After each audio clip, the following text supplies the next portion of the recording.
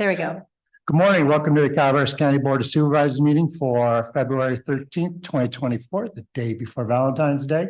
We'll be leading off the closed session. Madam Clerk, you want to read that in? Item 1, pursuant to Government Code 54956.9D1, conference with legal counsel regarding existing litigation, Maxwell versus Calaveras County et al., Calaveras County Superior Court case number 22CV46415. Is there any public comment on this item? Seeing none in the room, is there any online? There's not. Very well, we will recess to closed session. We'll return for a regular board meeting at 9 a.m. Thank you.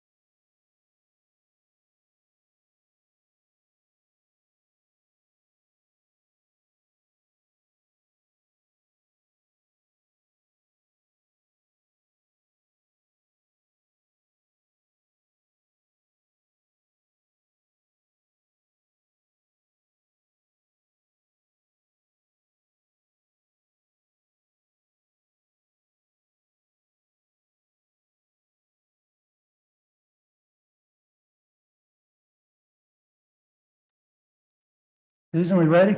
Stacy, we ready? Ready. All right. Welcome back to the Calaveras County Board of Supervisors meeting for February 13th, 2024. If you can, actually, I'm going to change up the order. We're going to do Pledge of Allegiance and then report out. So if you're able, if you could please rise for the Pledge of Allegiance. Supervisor Falls, would you please lead us? Allegiance to the flag of the United States of America and to the republic which stands one nation under God, indivisible, with liberty and justice for all. All right. Thank you very much for allowing me to change up the agenda. Is there a report out from closed session? Yes.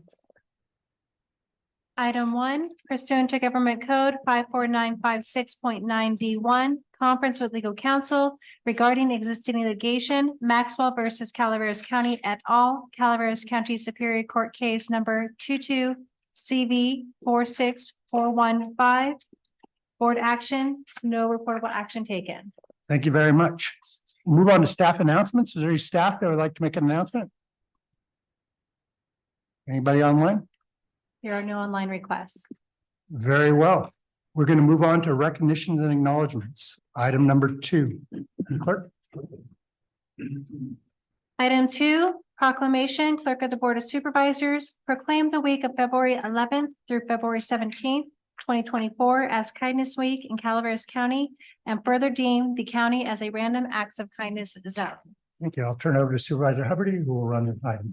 Thank you, Chair. Whereas National Random Acts of Kindness Week will be observed February 11th through 17th, 2024. And whereas Calaveras County has participated in Random Acts of Kindness Week since 2010. And whereas all who live in and work within Calaveras County are encouraged to practice random acts of kindness, a tradition started by the Angels Camp, by the Jim Bergantz family. Hi, Jill. Sparkly today. Now, and I'm confused. That's it, isn't it? That's it. There shouldn't have been an and there. That's it. So I'll put it to the public. Does anybody have a question or issue regarding? Can I make a comment? Yes, I love you. come on up to the dais. I mean, if anyone has an issue, that's okay. That's what we're here for, to talk. So Kindness Week, thank you, Martin. Thank you, all of you. Kindness Week in Calaveras County did start 30 years ago. It started in Angels Camp with a giveaway of 10,000 long stem roses from my parents' flower shop on North Main Street. They wanted to practice a random act of kindness and an act of senseless beauty. In 1994, they grabbed onto the concept of giving something away and not expecting anything in return. And that was 14 years. And 14 years ago, the Board of Supervisors passed the first proclamation recognizing Kindness Week in Calaveras County. And that brings us to today. If it's all right with all of you, I would really love to share an excerpt from a poem. It's from the book Honeybee by the poet Noemi Shihab Nye. In this poem, she writes this lovely poem. It's called Gate A4, and it's about experiencing an accretion of kind acts during a delayed flight, which I think is maybe something all of us have experienced. It can be a very frustrating thing to be stuck in an airport for everyone involved. In Gate A4, Naomi decides that when she sees someone struggling at the gate who does not understand English being spoken, and she does understand the language being spoken, she goes out of her way to translate. I'm going to start at during the middle of the poem. So here's Naomi. She was laughing a lot by then, telling of her life, patting my knee, answering questions. She had pulled a sack of homemade mamoul cookies, little powdered sugar, crumbly mounds stuffed with dates and nuts from her bag, and was offering them all to the women at the gate. And to my amazement, Not a single woman declined one. It was like a sacrament. The traveler from Argentina, the mom from California, the lovely woman from Laredo. We were all covered with the same powdered sugar and smiling. There is no better cookie. And then the airline broke out free apple juice from huge coolers, and 2 little girls from our flight ran around serving it, and they were covered with powdered sugar too. And I noticed my new best friend. By now we were holding hands, and she had a potted plant poking out of her bag, some medicinal thing with green furry leaves. Such an old country tradition. Always carry a plant.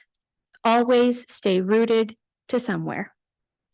And I looked around that gate of late and weary ones, and I thought, this is the world I want to live in. The shared world. Not a single person in that gate, once of crying and confusion, stopped, seeming apprehensive about any other person. They took the cookies. I wanted to hug all those other women too. This can still happen anywhere. Not everything is lost. Your presence at these meetings, where you all show up, ready, prepared, listening, to make the hard decisions that make it possible for a rural community to thrive. Show that not everything is lost, that this is possible anywhere. It is possible here. It's been possible here for 30 years because of people like you and people like you. Good things don't happen on accident. That's something that I know to be true. They happen on purpose, and they happen through kindness. So thank you so much for yet again recognizing kindness, not just this week, but every week through all the acts that you perform, recognized and unrecognized, always. I appreciate you. Thank you. If anyone has a problem with that, that's okay. Okay, thank you. Thank you, Jill.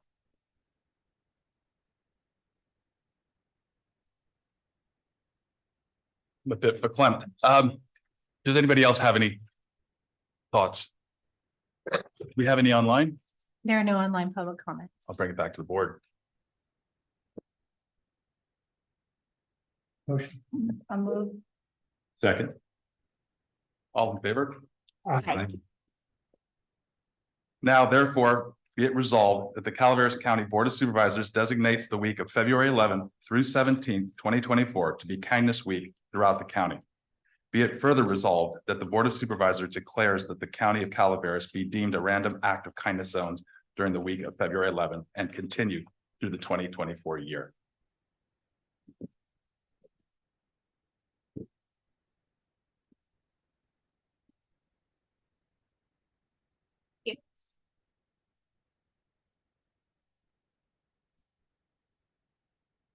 Oh my gosh, your gloves.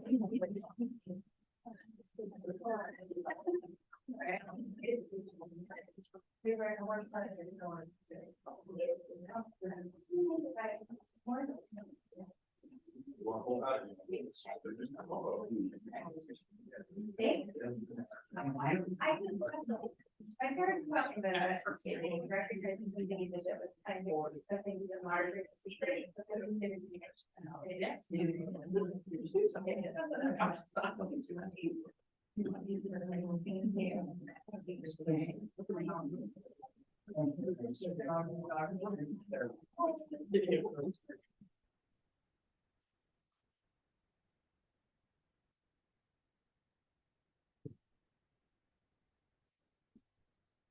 All right, that felt great. We all agree. Thank you, and can all be kinder. I was negligent in my duty as chair. Supervisor Stopper is ill and will not be joining us today. So we'll move on to item number 3. Item 3, proclamation, public health. Adopt a proclamation declaring February 2024 as Children's Oral Health Month in Calaveras County. Right, Supervisor Fonda, take the call. Whereas National Children's Dental Health Month brings together dedicated professionals throughout the nation to take action and promote the importance of children's oral health. And whereas the 2024 theme for Children's Oral Health Month is Healthy Habits for Healthy Smiles, encouraging proper dental hygiene in children, thereby creating healthy habits that will last a lifetime. And whereas tooth decay is the most common disease among children, leading to problems with eating, speaking, learning, health, self-esteem, and school attendance. And whereas tooth decay is preventable and studying good oral health at a young age can impact a child's overall health. Prevention can be achieved by educating parents and children on the importance of eliminating sugary foods, beverages, brushing twice a day with toothpaste, flossing, and having regular dental visits. Whereas the future is to a large measure dependent on good health of our family. And whereas good health can be achieved in part through good dental habits learned early and reinforced throughout life. And with that, I will open it, may I open it up?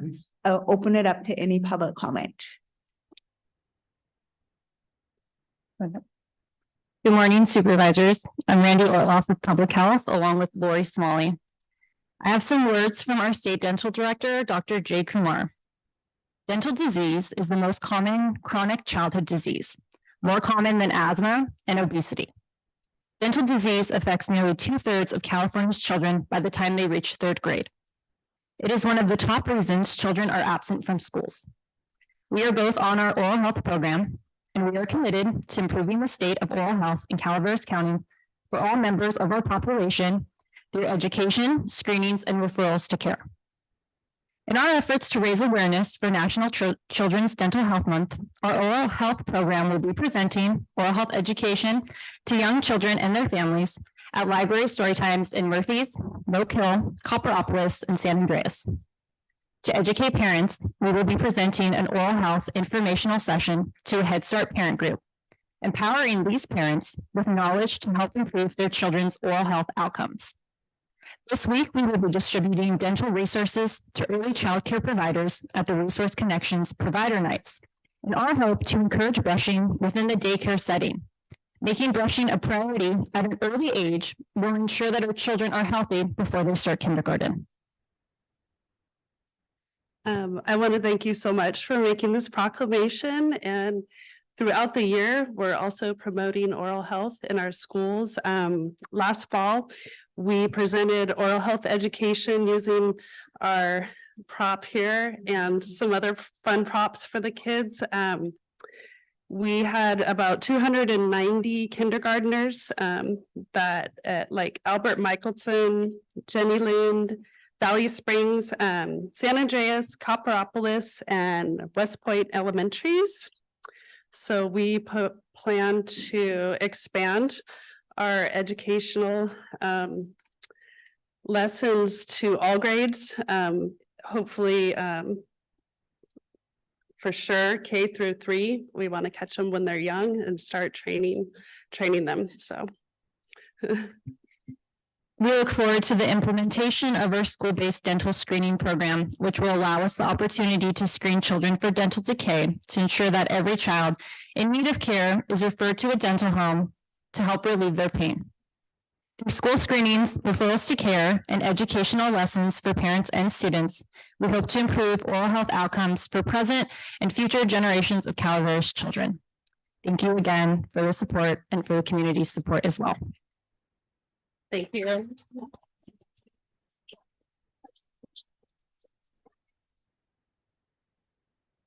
If there's no other comment in the room, are there any on Zoom?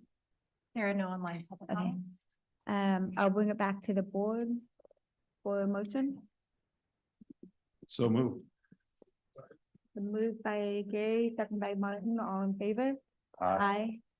Now therefore be it proclaimed that the Calaveras County Board of Supervisors on the 13th day of February 2024 does hereby declare February 2024 a Children's Oral Health Month in Calaveras County.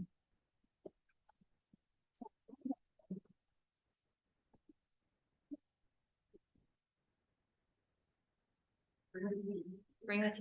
Thank you. I'm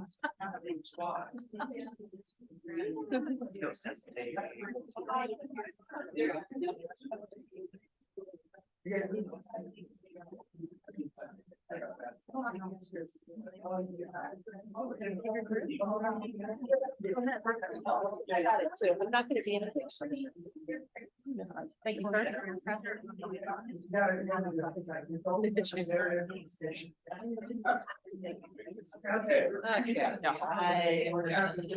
Thing at the back.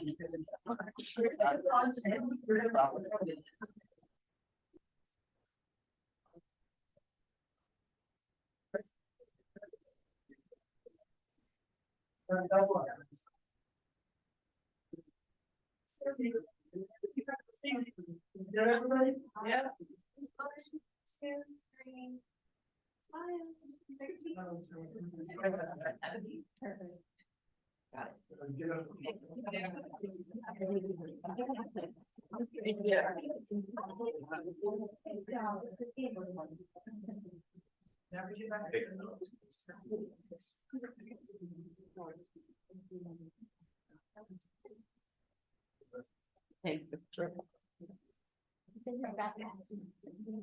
Opening up a bubble bath.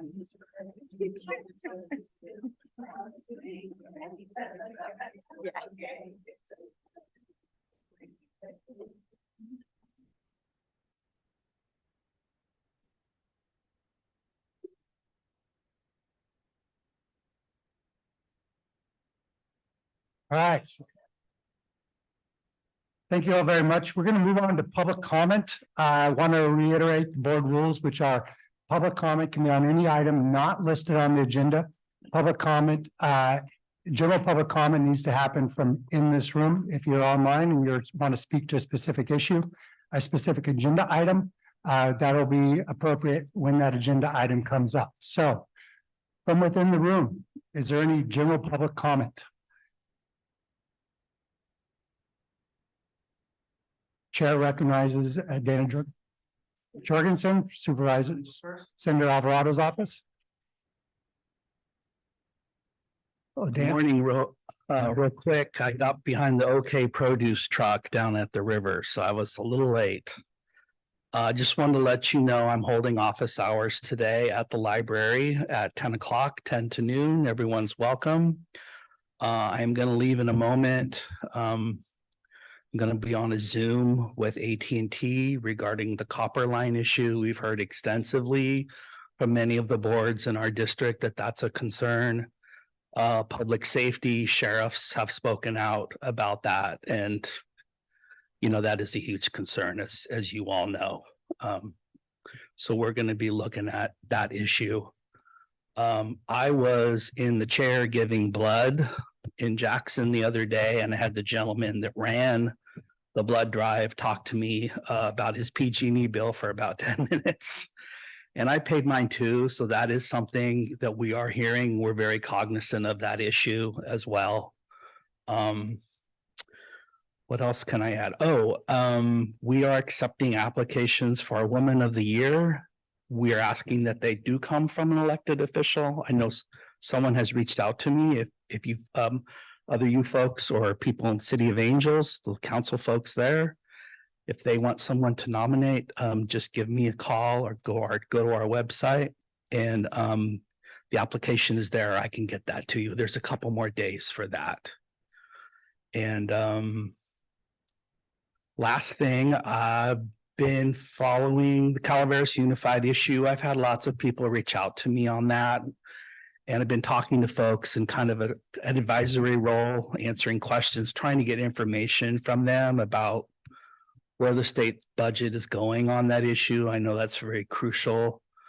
I was on a Zoom that started at my desk in El Dorado Hills, and I was driving home on Latrobe Road, bouncing around, and all of a sudden I heard Dana. Well, I had inadvertently hit chat. So I just want to let them know now, it was not my intention. That was Latrobe Road doing that. But I went home, and that was a 3-hour Zoom. So we're definitely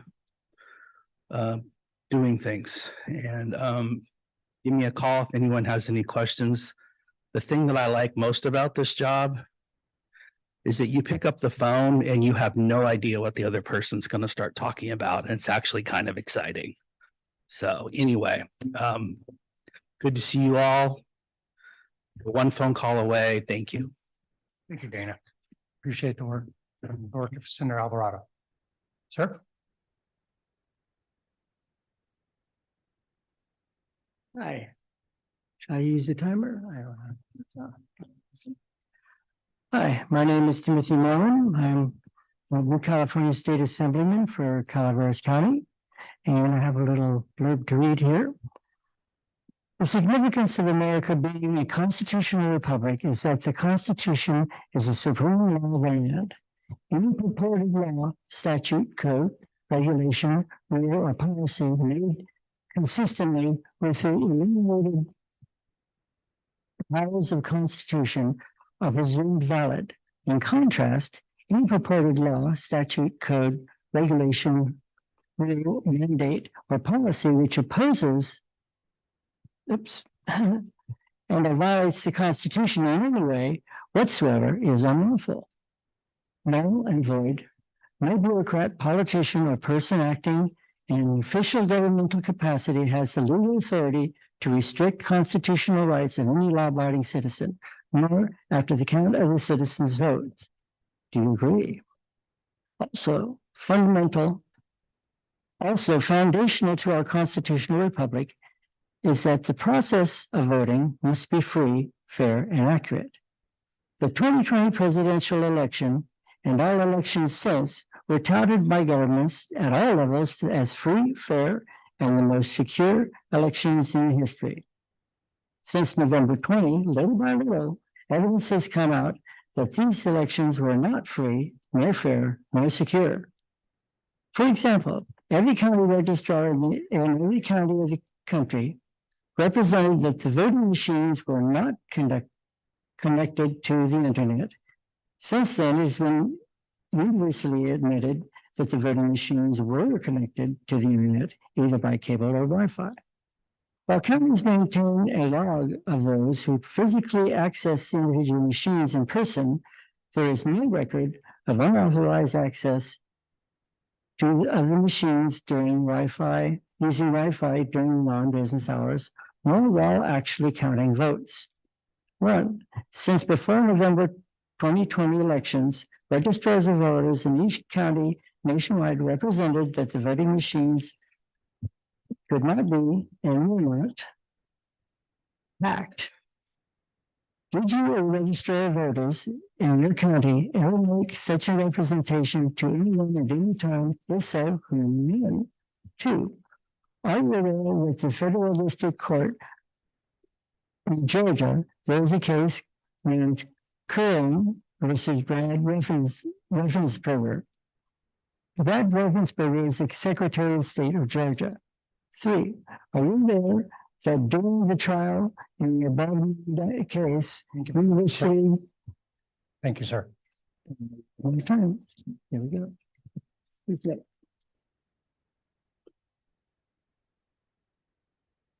Hi, my name is Deborah Roby Rojas. I'm Assemblywoman of New California State, Calaveras County. Number 4, are you aware that the machine hacked by Dr. Haldeman is the same type of voting machine used in this county? Number 5, Georgia Secretary of State Brad Raffensperger has jointly met with the California Secretary of State Shirley N. Weber and the registrars of voters for all of California counties. A, did you participate in any way in this meeting? B, are you willing to discuss with me exactly what was discussed in those meetings? 6, are there any memos and or emails that mention the meeting mentioned in number 5? What was discussed? What, if anything, was decided? Any tasks assigned and any plan of action? A, are you willing to disclose any such memos in emails by this demand for the information and without order of any court? And number 7, are you aware in the federal and the state laws there is something called racketeering influenced corrupt organizations, RICO? Are you aware that voters in this county generally and me specifically have been damaged by the collusion between Mr. Rassenberger and our California Secretary of State Weber and one or more registrars of voters concerning what we now know as a false narrative of the alleged integrity of the elections from November 2020 to present. And then I respectfully request you send a written response to me addressing each and every issue raised herein within 10 days, calendar 10 days. If for any reason you fail to respond or requested to the issues below, your failure may be regarded in any future legal or political proceeding as a tacit admission that the allegations are true and correct. Silence can only be equated with fraud, where there is a legal or a moral duty to speak and where an inquiry left unanswered would be intentionally misleading.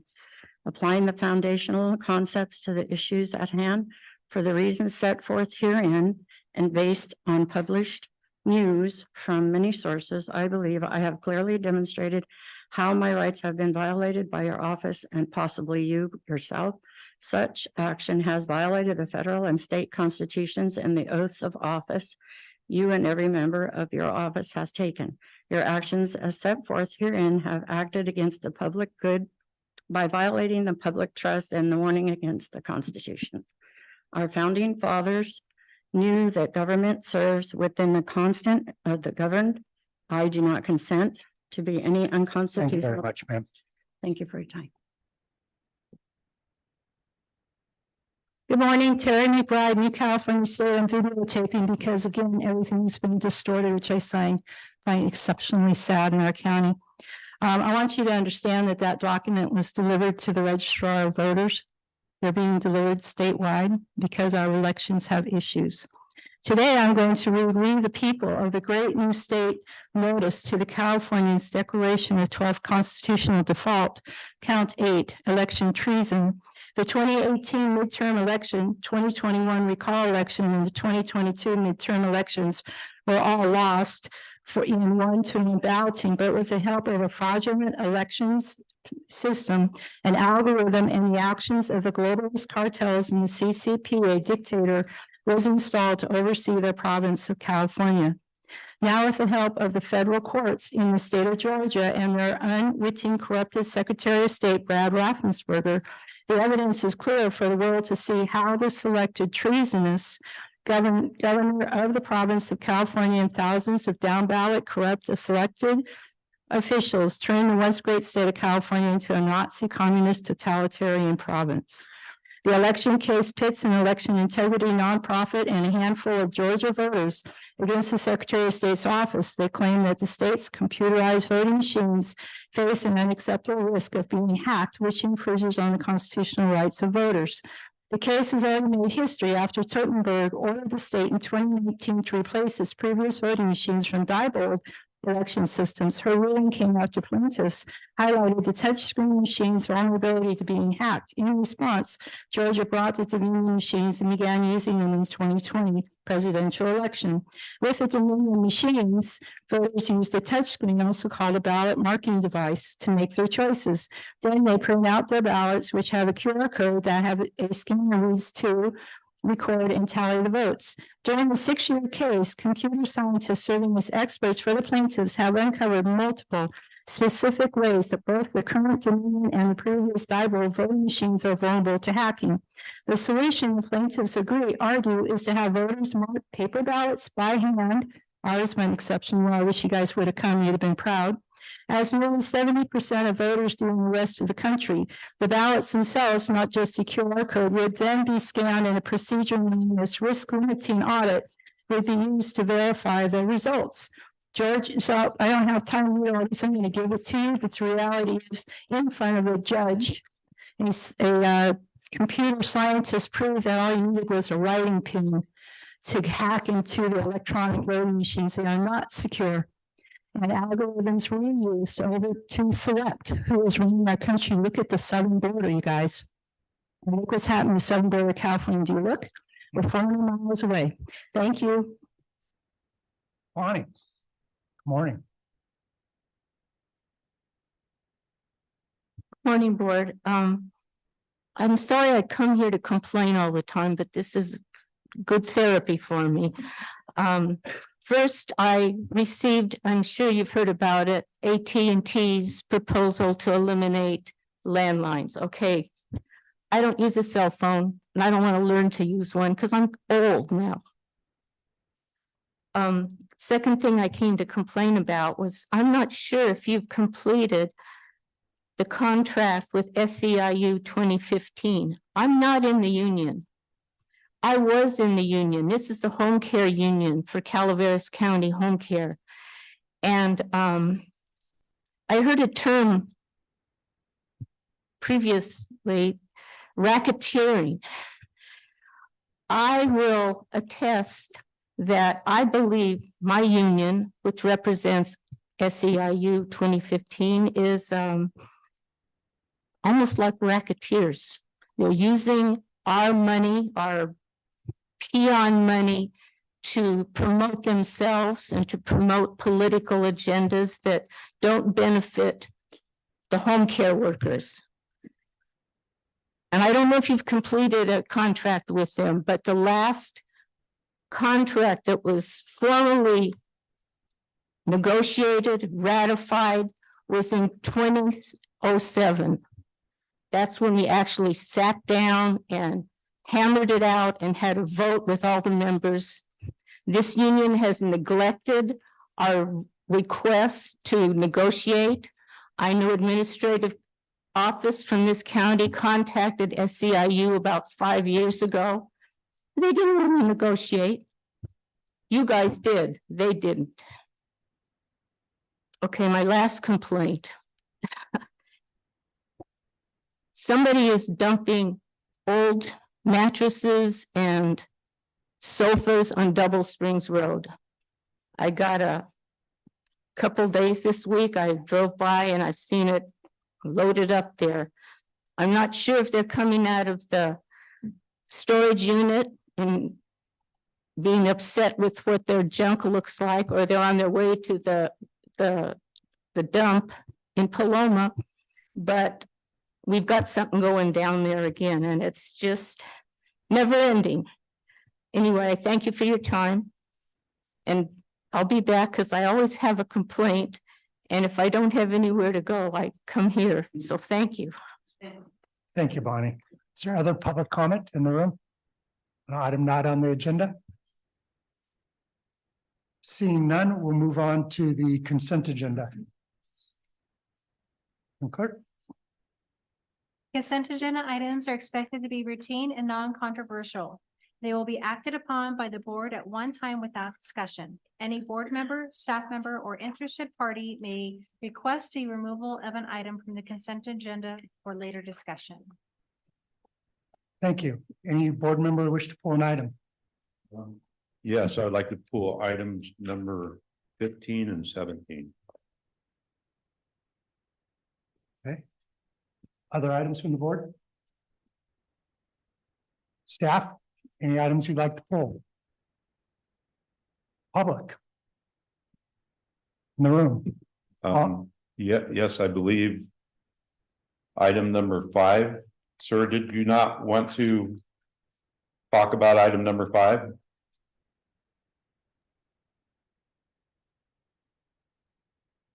that the item you wanted to speak about?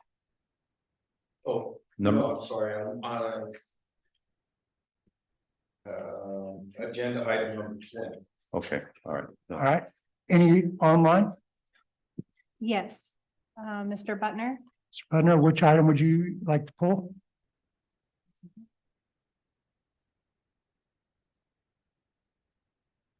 Mr. Butner, what item would you like to pull from consent agenda? I'm not looking to pull. I had reserved time to speak for general public comments. I'm sorry, sir, we do not take general public comments online. Very well, moving forward. We have a motion for the consent items excluding 15, 17, and 17. I'll move. I'll second. Moved by Supervisor Foldor, second by Supervisor Toffenelli. All in favor? Aye. Opposed? Carries 4-0, 1 absent. Okay, item 15. Robert?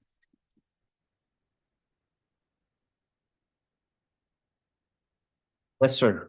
I pulled this item because I was looking at it and, this has been going on for, almost 11 years. $2 million, and we don't even have plans drawn up yet. For that money, $2 million. What's it gonna end? When do we have an end date on this and we have a set of plans in our hand? We can go out for an RFP. I mean, 11 years, environmental or not environmental, it's getting, we need to take care of this and get it done, get it constructed. Yes, sir. Approximately half of that $2 million went to the work for Shad Road Bridge.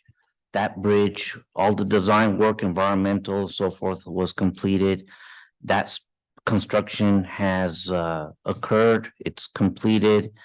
We need to do a few minor things for erosion control, but that was part of their contract to complete all that work. So that's been done. What's left is the other road.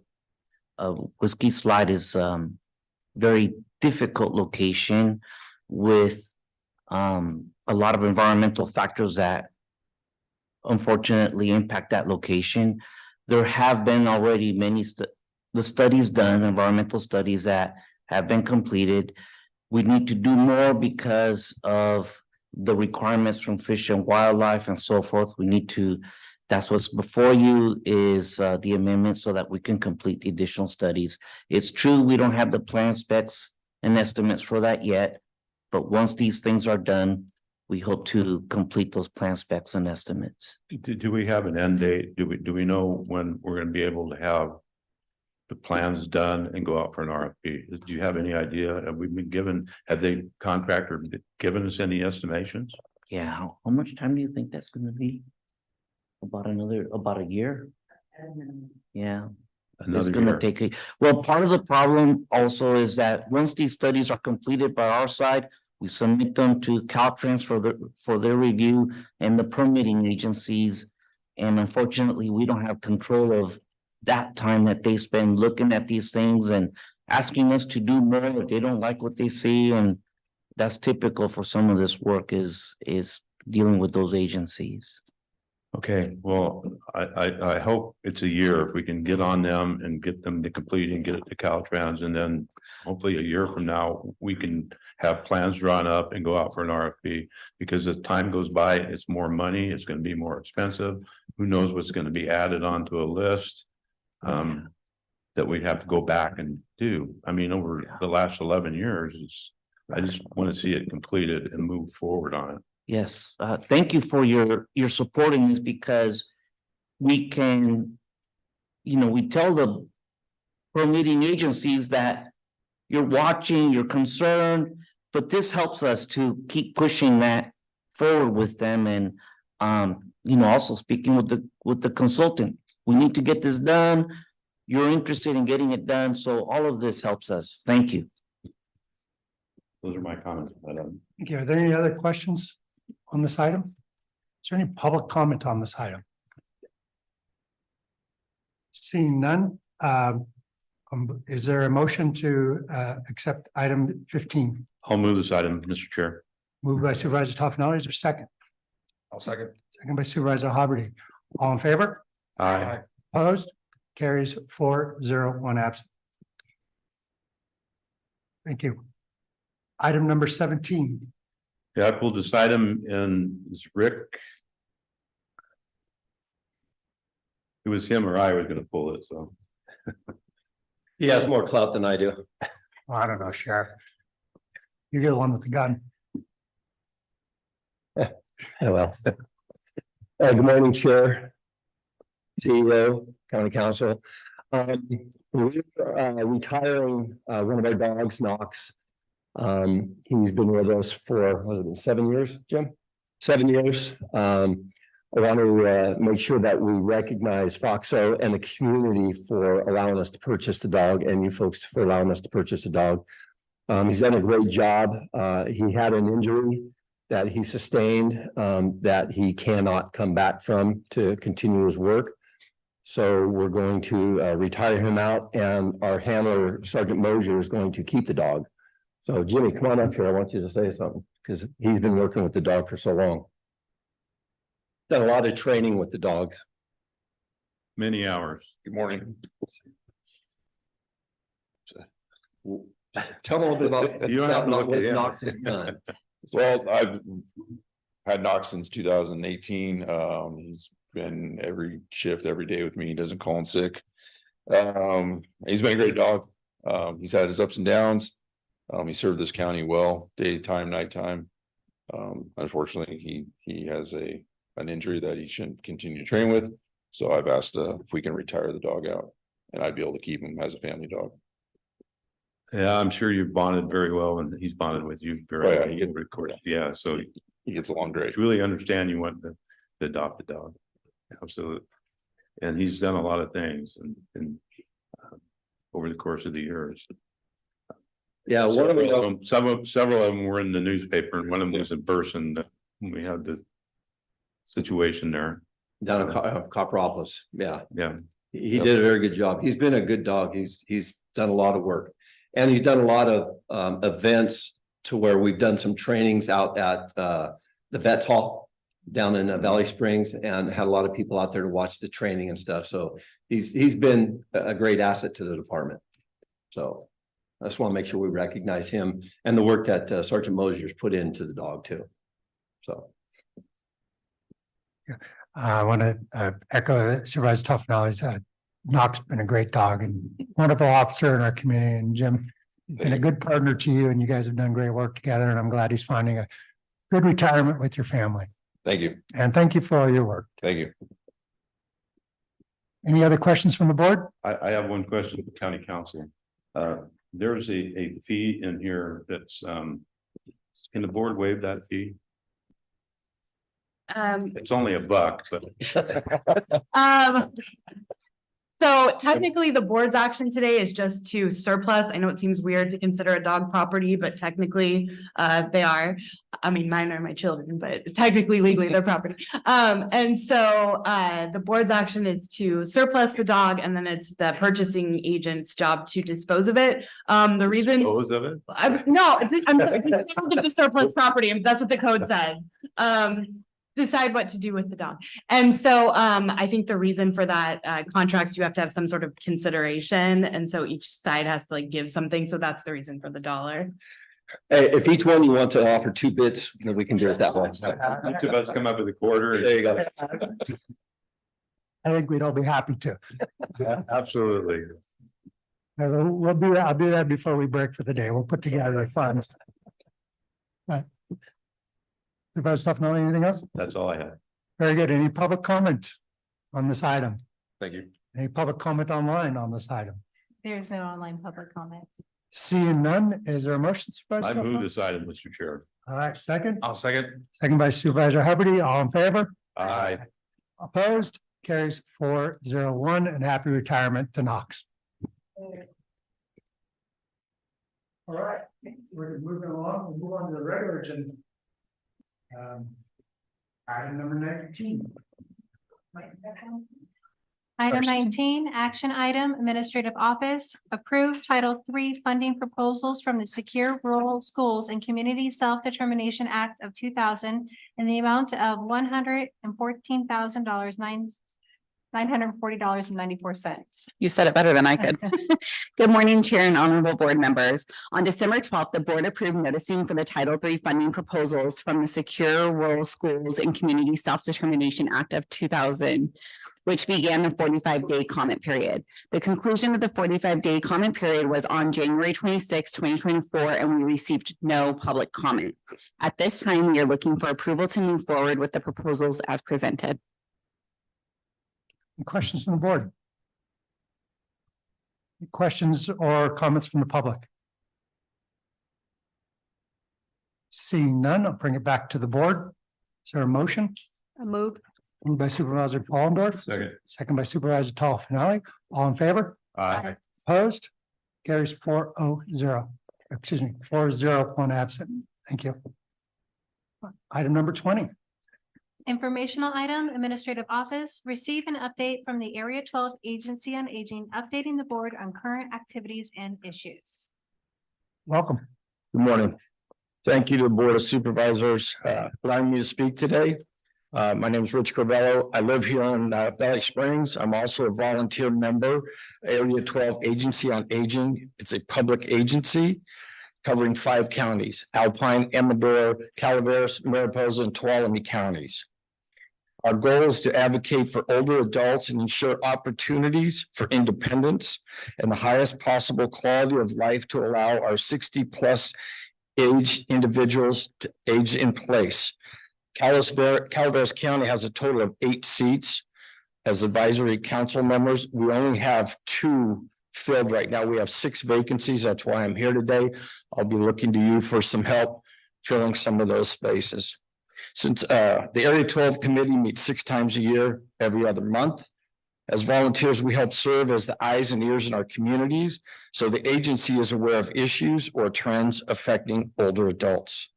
We review and approve the area plan and plan updates, which serves as the roadmap for Area 12 Agency on Aging to meet the needs in each community. We help bring pertinent information back to our communities, such as services available for seniors, support groups for caregivers, new information about Alzheimer's. We have a representative to the California Senior Legislation, watching for upcoming bills that may impact positively or negatively our elder community. We receive latest information or training regarding topics such as emergency preparation for disasters, caregiving, hospice presentations, and again, Alzheimer's. Every 4 years, we conduct a community needs survey. The results of the survey provide the most current feedback, which helps Area 12 Agency on Aging in planning programs to meet the needs of our seniors, such as quality of life, health and wellness. Survey is mandated by the California Department of Aging. Area 12 Agency on Aging direct services, family caregiver support programs, health insurance, counseling, and advocacy programs. Sometimes you hear it as HICAP. Chore, homemaker, minor home repair, assist qualified individuals with specific services. Medicare shared savings programs, exercise programs, dignity at home health, dignity at home fall prevention, information and assistance for aging and disability resource connection. We have contracted services, community organizations for congregate and home delivered meals, transportation through Catholic Charities, Ombudsman, and elder abuse prevention. Area 12 Agency on Aging collaborates with like-minded community organizations to maintain quality service and connect clients with resources they need. There's already a demand for in-home services, transportation, both medical and personal, and meeting nutritional needs through congregate dining and home delivered meals. These vacancies in Calaveras County offer a real opportunity to seek out voices that want to contribute to the dialogue on community issues. Many of the current members of the Area 12 Agency are highly qualified retirees with a great blend of skills. We are looking for individuals with a passion for our older neighbors, additional expertise, and diverse perspectives to join our committee to deepen our connection to Calaveras seniors. Thank you again for your time. I look forward to working with you to help fill these open seats. Along with that, I brought about 5 packets. If you happen to know somebody that may be interested, it's got the information about Area 12. And again, thank you for your time. Thank you. Oh, Thank you. thank you, Stacy. Is there any other presentation on this? Good morning, Board. My name is Kristen Milhoff, and I am the Director at Area 12 Agency on Aging. I want to thank Rich for coming up this morning to really speak about the need for us to have some additional representatives in Calaveras County, and it's imperative that we get those seats filled. So any support that you can give is greatly appreciated. I just wanted to touch on a couple of items this morning just to give you an update. Rich did talk about the needs assessment. It is finally completed. It will be put on our website this afternoon. So you'll get to see all the information that we have gathered with our survey that was conducted in October. As well as we use the California Department of Aging also conducted a statewide survey back at the same period of time between September and October. And we've actually incorporated some of their findings into our report. And it's really interesting. Across the state, there were a few topics that really came up that were a definite need. Minor home repair for individuals living in their homes, trying to keep them updated. Outside yard maintenance to keep their homes free of debris, as well as enough money to live off of in their retirement and the fear of falling. So those are just some of the topics that really came up in the forefront of this survey, and we'll be addressing those in our area plan. Also, our Family Caregiver Support Program hosted a workshop in partnership with UC Davis and UCSF back in November here in Calaveras County. We had 58 attendees. It was well received. They got a wonderful information. We will be hosting another event in May, on May 15th in Tuolumne County. We try to move this workshop through our 5 counties. That will be held on May 15th at the Tuolumne Resiliency Center. We're currently in the planning stages, so we'll let everyone know because it will be open to anyone in our service area. Also, we'll be placing 2 resource kiosks here in Calaveras County. Thank you to Susan Tomachevich for helping us locate and get in contact with the county library. We'll be putting one here in San Andreas and one at the Angels Camp Library. These are like very large iPads, and they have loaded on them our online resource directory, and it's touchscreen. So individuals can come up and touch the icon that said food, put in their county of resident, and then all the food resources will come up. Anywhere from community resources to state, federal, and local. But also will be provided with a printer and paper so the individuals can print out the information and take them home. And then also, I just wanted to address that our provider, our long-standing provider, Common Ground Senior Services, provided us with a letter on February 6th stating that they will not be seeking contract extension with our organization for the home delivered meal program and the transportation programs in Amador, Calaveras, and Tuolumne counties. The agency would like to thank Common Ground for 24 years of dedicated service to Calaveras County residents and providing home delivered meals and transportation. We have actually started the request for proposal process. We started that last week. We will be going out to public announcements announcements in the paper will be going out this week. We have reached out to our current providers to let them know that this will be available. And then this week, we will also be going out to the public to let them know, and other community partners to let them know of this RFP process. It is a very close timeframe, but we are hoping that we'll be able to take an organization to our board on June 6th for approval, and then hopefully we'll have someone in place to start services in July. We do have 2 current providers that are very interested in taking on Calaveras County for home delivered meals and possibly splitting up the areas of Calaveras so it could be addressed on the side closest to Amador County and then all the areas closer to Tuolumne County. They are currently providers of those services. So I'm not sure where this is going to go. Again, we'll follow the RFP process. But it was very difficult to see but we wish them the very best. And one last thing, I just wanted to highlight the county investment. So I do have, I can give you this here. Just extra copies if you want to look at them, but so the county provides the agency match cash every year. According to our agreement. Calaveras County in 22-23 provided $100,802 of matching to our agency. And during that time, we provided $564,000 worth of services to residents in Calaveras County. So for every dollar that the county provided to us, residents received over $5 of services. So that is a great investment of your dollars at work here in Calaveras County, working with the agency.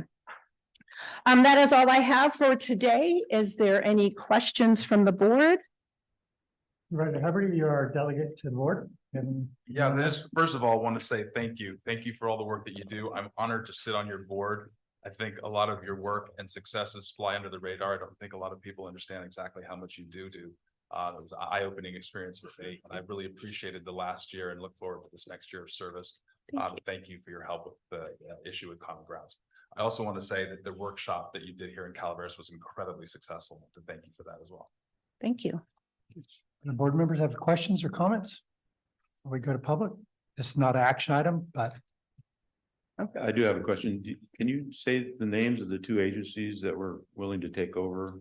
They're willing to submit an RFP, or at least they're willing to get an RFP so they can review it. That would be Amador Senior Center and Sierra Senior Providers in Tuolumne County. Thank you. I would like to add my comment that thank you very much to Common Grounds for all their service over the years, and already didn't work out, but I know you'll do a good job. Thank you. Any public comment on this item? Any public comment online? There is no online public comments. Excuse me, Stacy? Good morning, Board Chair, members of the board, CEO, and County Council Stacy Johnston, Calaveras Mariposa Community Action Agency. I just want to echo my thanks to Kristen and Area 12. I've had the pleasure over the last 2 years of developing a relationship with them, and I'm honored to see this relationship foster, have a soft spot in my heart for our aging adult population, and just putting it out there that CMCAA will definitely step up and hopefully be a voice at the table, and seeing how we can be a support through this transition of services in Calaveras County. Thank you. Thanks, Stacy. Yes, ma'am. Would you like to make a public comment?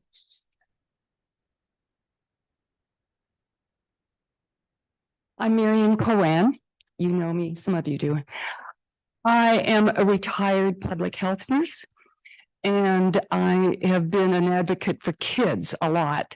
But I fell last September, and all of a sudden, very active person that I was, I became very inactive, and now I'm home. But I am using Common Ground for transportation to all my physical therapy appointments. And it's an invaluable support service. And I've always been an activist for other people, but never the recipient. Now I'm a recipient. And a heads up to everybody who says, I'm too young to be a recipient to these elderly services, because we will all get older and we will all fall down. And when you fall down, when you get older, you break things. And that's what I did. And so then you need services. I have friends. I'm so lucky. So I don't need the home delivered food, but you go to therapy twice a week, your friends burn out. And I don't want to burn out my friends. And so Common Ground is there for me. And I just really appreciate them. And I wanted you to hear from the recipient. So there I am. Thank you very much. Thank you. Seeing no other public comment, this was a informational item. We will move on to item 21, which is we will conduct a public hearing. And Stacey, you want to read that? Open hearing. Item 21, action item, administrative office. 1, conduct a public hearing to receive a public input for the closeout of community development block grant contract 20-CDBG 12009 funded program, and 2, authorize the Director of Health and Human Services Agency to provide or to approve, sign, and submit the closeout certifications and any other necessary documentation. Thank you. I'm opening a public hearing. Mr. Munoz, take it away. Good morning, Chair, members of the board. Today we are here to conduct a public hearing regarding funds distributed to the food bank and seek approval to sign and submit the closeout documents. So in 2020, we executed a contract with the food bank for $232,500. On November 3rd of 2023, the term of the contract ended. During this time frame, over 8,000 individuals were served. The funds were used to support wages, facility costs, transportation supplies, and food. I also have a consultant online with Adams Ashby, Beth Dodd, who is also here to assist in answering any questions the public or you may have. Thank you. Any questions from the board? Any questions from or comments from public?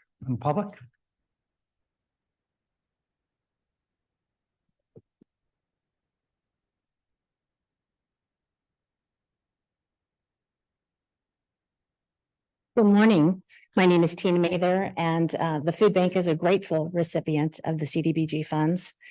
While it is reported that over 8,000 people benefited from this program, I want to give you some real feel numbers, kind of like air chill factor for the weather. In actuality, when those numbers are reported, that's counting each person one time in a fiscal year.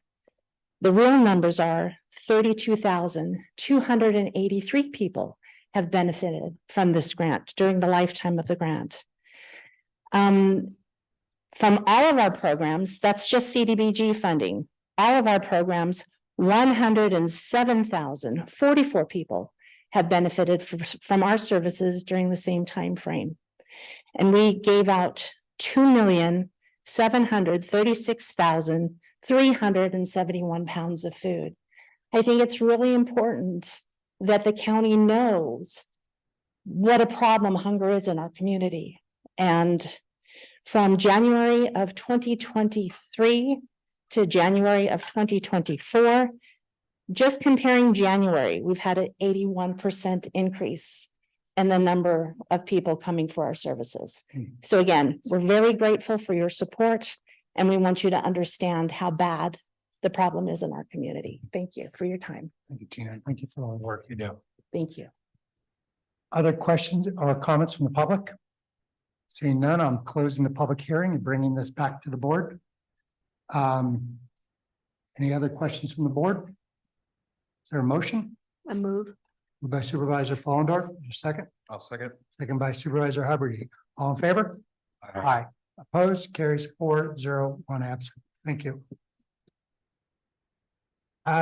With the consent of the board, I would like to group the next 6 items, 22, 23, 24, 25, 26, and 27 into a single motion and presentation. Is that acceptable to my board members? Yes. Very well. No. Well, item 22. I agree. It's, I don't know, we need to pull it out, but it should definitely be discussed, Supervisor. Yeah, but I'll go with it. Very well. Who's presenting on this? Chairman Garamendi, I'll present on this. So items 22 through 27 are all amendments to county ordinance code to do with personnel. They're just essentially to clean up the county ordinance code to reflect the move from a CAO model to a CEO model. And so item number 22 would amend or would introduce, waive first reading and authorize summary publication of an ordinance amending County Code Chapter 2.08, the Office of County Counsel. 23 would introduce, waive first reading and authorize summary publication of an ordinance amending County Code Sections 2.64.365, appointment department heads, and 2.64.555, disciplinary action, department heads and principal assistants. Item number 24 would introduce, waive first reading and authorize summary publication of an ordinance amending County Code Section 2.40.030, Planning Director. Item number 25 would introduce, waive first reading and authorize summary publication of an ordinance amending County Code Section 12.28.040, Airport Manager. Item number 26 would introduce, waive first reading and authorize summary publication of an ordinance amending County Code Sections 2.22.040, Environmental Health Agency Head, and 2.22.070, Director of Environmental Health. Item number 27 would introduce, waive first reading and authorize summary publication of an ordinance amending County Code Section 6.06.010, Director of Animal Services. Approval of these items, number 22 through 27, would introduce the ordinance, waive a full reading, and authorize summary publication of the ordinance. And again, these are just cleanup items to reflect the change in structure for the county. Thank you very much. Any questions from the board? Any questions from the public in the room? Any comments online? There are no online comments. Very well. Is there a motion to accept items 22, 23, 24, 25, 26, and 27 in a single motion? Yeah, I'll move this item. Motion by Supervisor Toffenelli. Is there a second? I'll second. Second by Supervisor Hubbard. All in favor? Aye. Opposed? Carries 4-0, 1 absent. We're going to take a 10-minute bio break and then come back for 28. So thank you.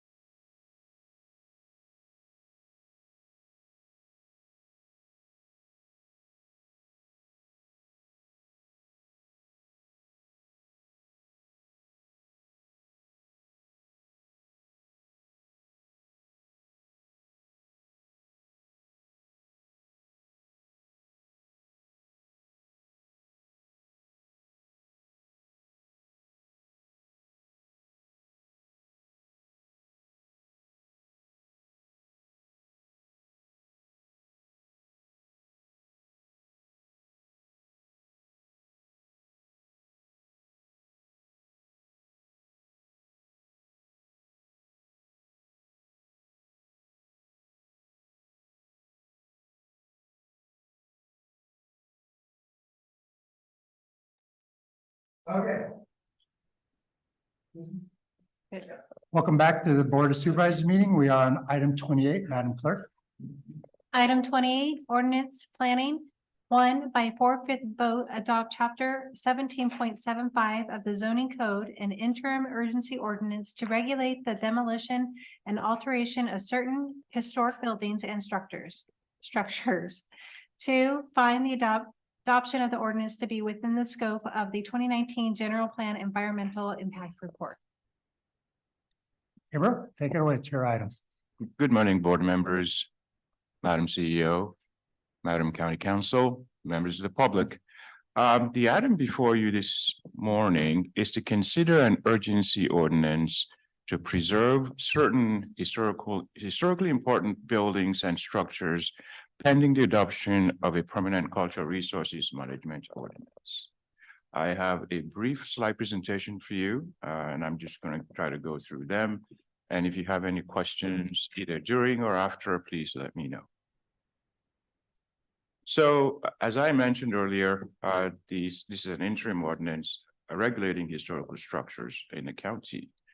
We do have historical structures in the county, and two very well recognized structures are actually on the screen just to show you the importance of these structures in our county.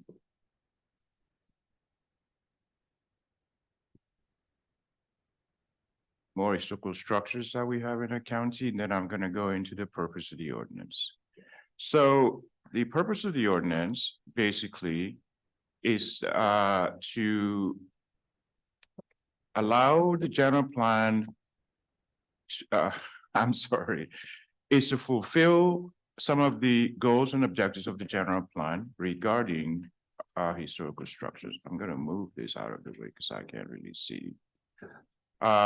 Specifically, general plan implementation measure COSHG requires the county to develop a cultural resources management ordinance that includes the establishment of a county register of historical resources and requires a cultural resources study prior to demolition of buildings 75 years or older. The general plan implementation measure COS 8H requires the use of the Secretary of the Interior standards for treatment of historic properties as a guide for evaluating development proposals involving cultural resources. Now, the ordinance applies to structures that are at least 75 years or older and that are listed on the National Register of Historic Places or has been determined to be eligible for the National Register of Historic Places, or that has been determined by the Secretary of, by the State Historical Resources Commission to be eligible for listing in the California Register of Historical Resources. Additionally, the planning director will be responsible for determining whether a building or structure meets the criteria of section 1775, which I just showed you on the screen. And then further on in the ordinance, additional review will be required for listed historical buildings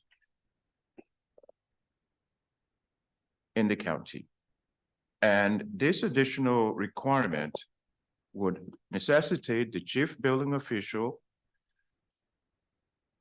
to request the planning director's determination of whether a parcel under review contains a listed historical building or structure. If the parcel contains a listed historical building or structure, the chief building official will not issue a building permit or a demolition permit until a CUP has been approved by the Planning Commission. The chief building official would apply the state historical building code if the parcel contains a listed historical building or structure. Now, the conditional use permit referred to here is going to be a limited scope conditional use permit, which I'm going to get into in my next slide. So for a limited scope conditional use permit, let me move this thing out of the way again. The review of a limited scope conditional use permit will be limited to a review of potentially significant impacts to the listed historical building or structure. If carrying out the proposed construction or demolition activity will result in one or more potentially significant impacts to the listed historical building or structure, conditions of approval may be required. If conditions of approval will not suffice to reduce the potential impacts to the listed historical building or structure to less than a significant level, the application may be denied. CEQA or NEPA review will be limited in scope to reflect the limited scope of the discretionary review authorized by this chapter. CEQA and or NEPA compliance shall be the responsibility of the planning director.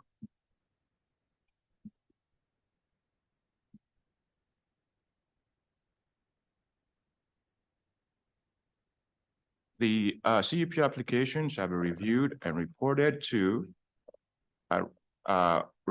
on within 30 days by a panel consisting of the following: a planning director or their designee, the chief building official or their designee, and a designee of the Calaveras County Historical Society.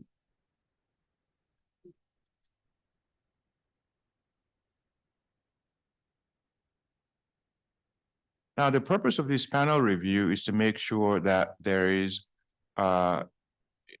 independent judgment in the assessment of whether or not a particular structure can undergo this limited scope conditional use permit. So I think it's just a process that involves who you might call experts in the field, building official who would be the one responsible for issuing a building permit, the planning director, and also a member of a historical society whose interests would be taken care of under this particular process.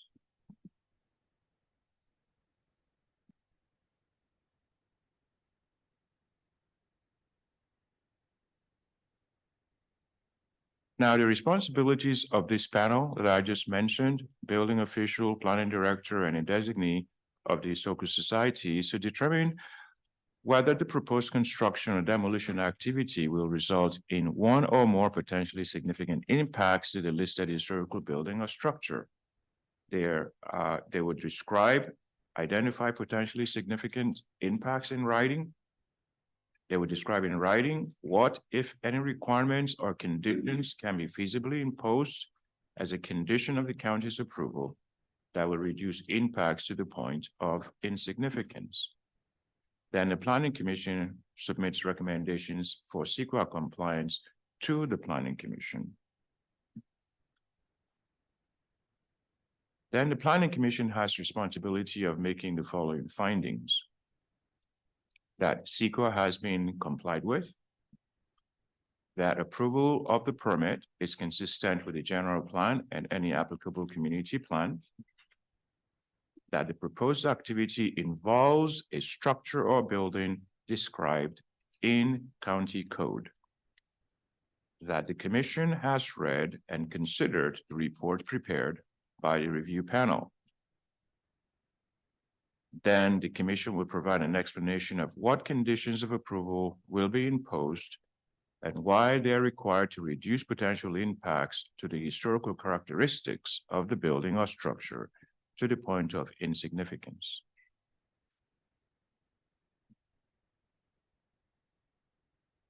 So discretionary permits involving historic structures. When regular CEQA and permit review as required for the permit. Examples would include use permits, zoning amendments, maps, etc., etc. Review of historic structures is just one part of the CEQA cultural resources analysis. This part will be done using the panel review, the other part that I just described. Now, there are certain important things that I need to point out, which is any failure to comply with this ordinance will be unlawful in all zones, and it will constitute a public nuisance that may be abated as described in chapter 8.06 of the county code. And what are some of the consequences? The planning director may revoke a permit issued under this chapter at any time that has been non-compliance with one or more of the provisions of this chapter. Inspections of the building or structure at issue and the surrounding premises and grounds may be conducted by the planning director, the chief building official, or their designees during regular business hours without prior notice. And any failure to grant entry can result in a warrant.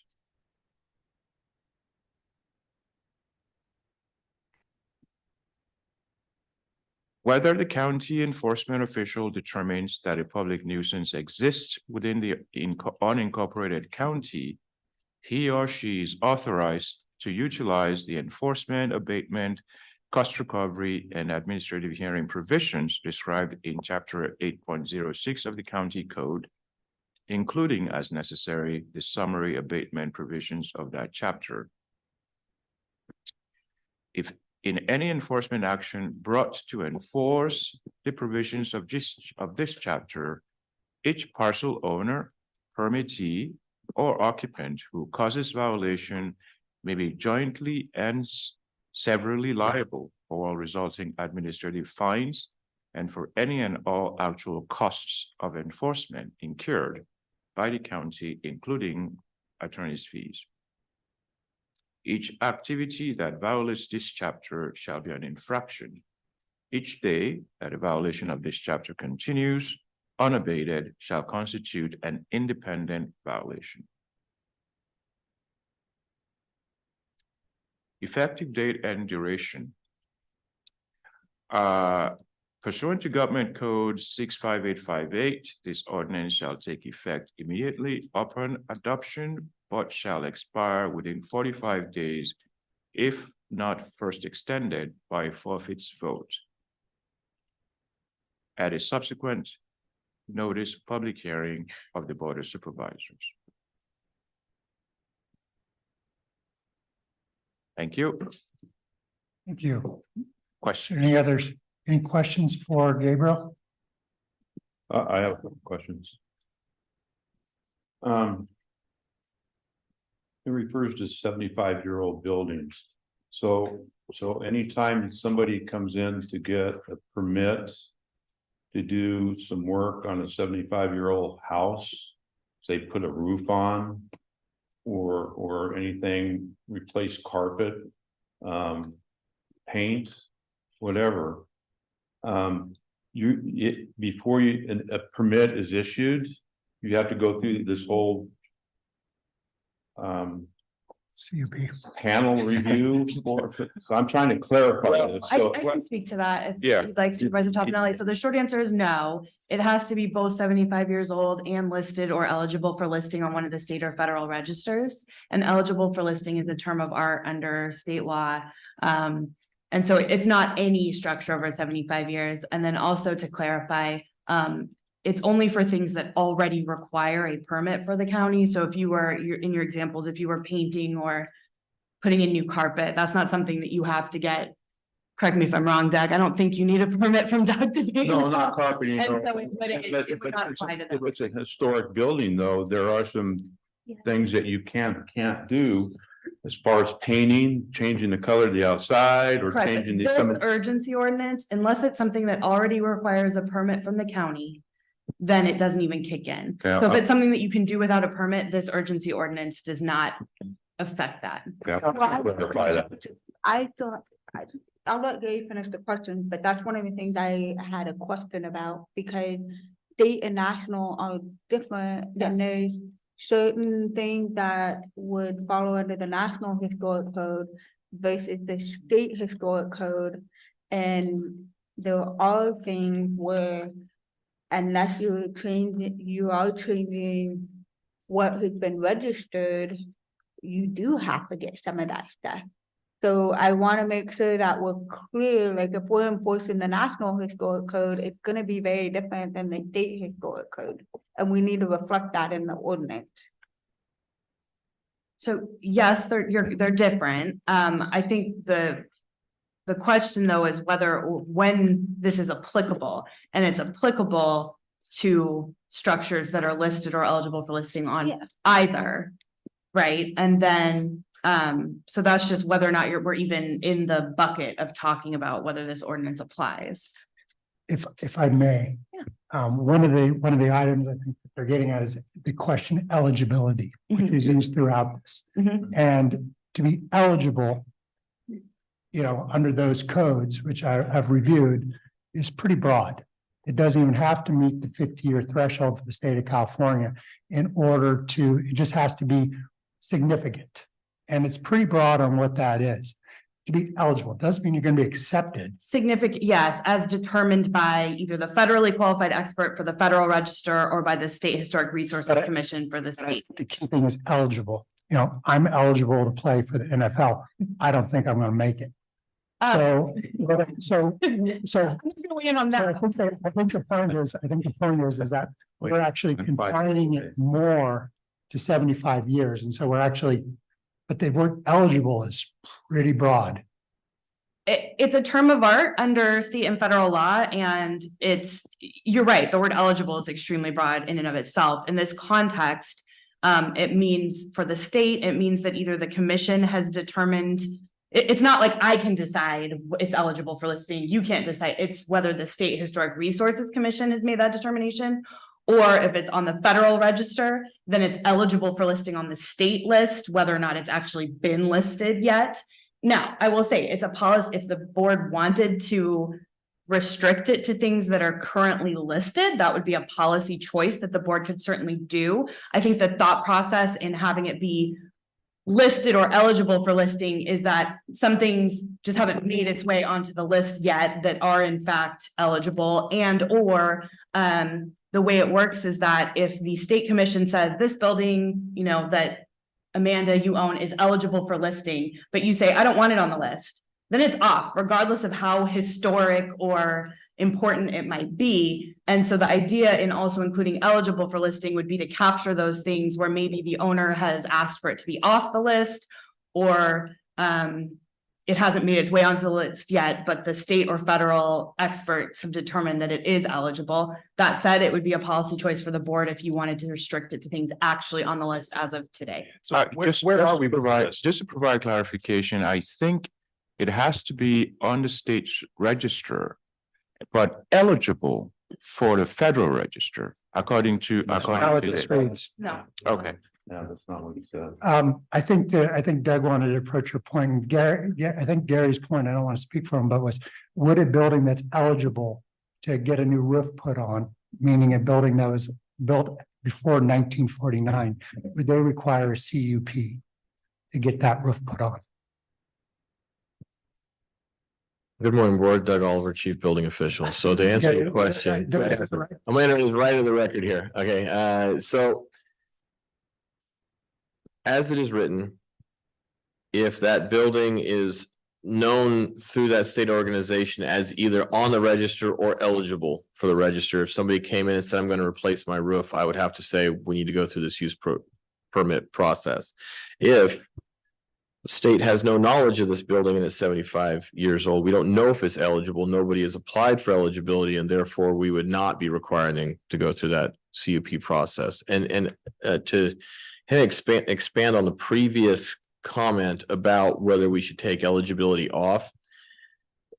If your board chooses to say only things that are on the register, not things that are eligible, that affects the decisions people are going to make with their historic buildings moving forward.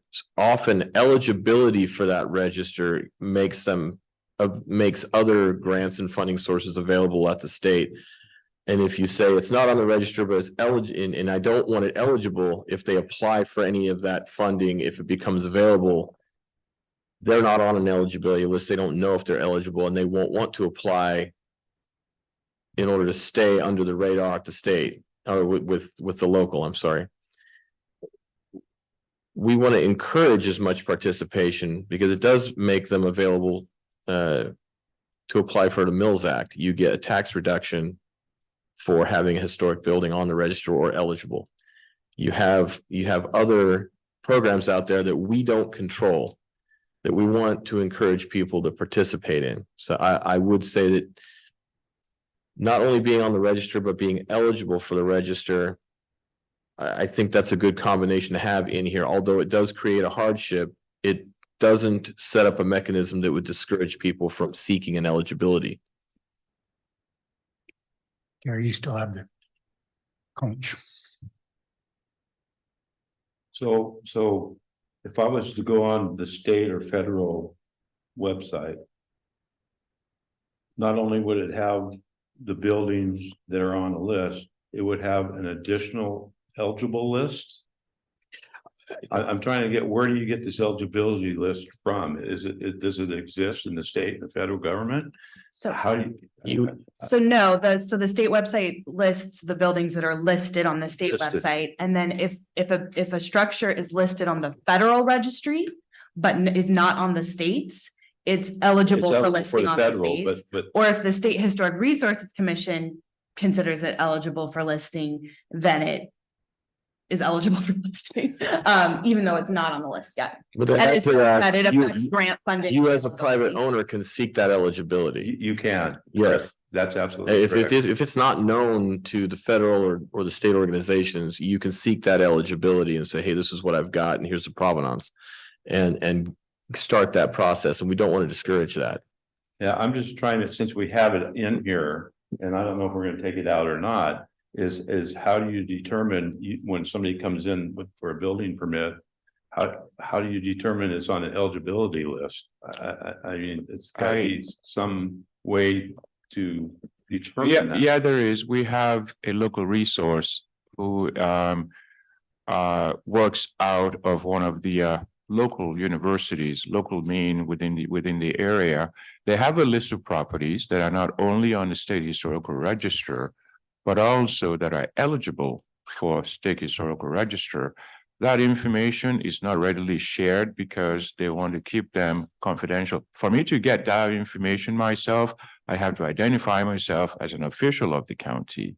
So you can get that information, but it would actually tell us, for our purposes, whether a property is eligible on the state register, for the state register or for the national register. And they would identify the property and they would assign a code to it.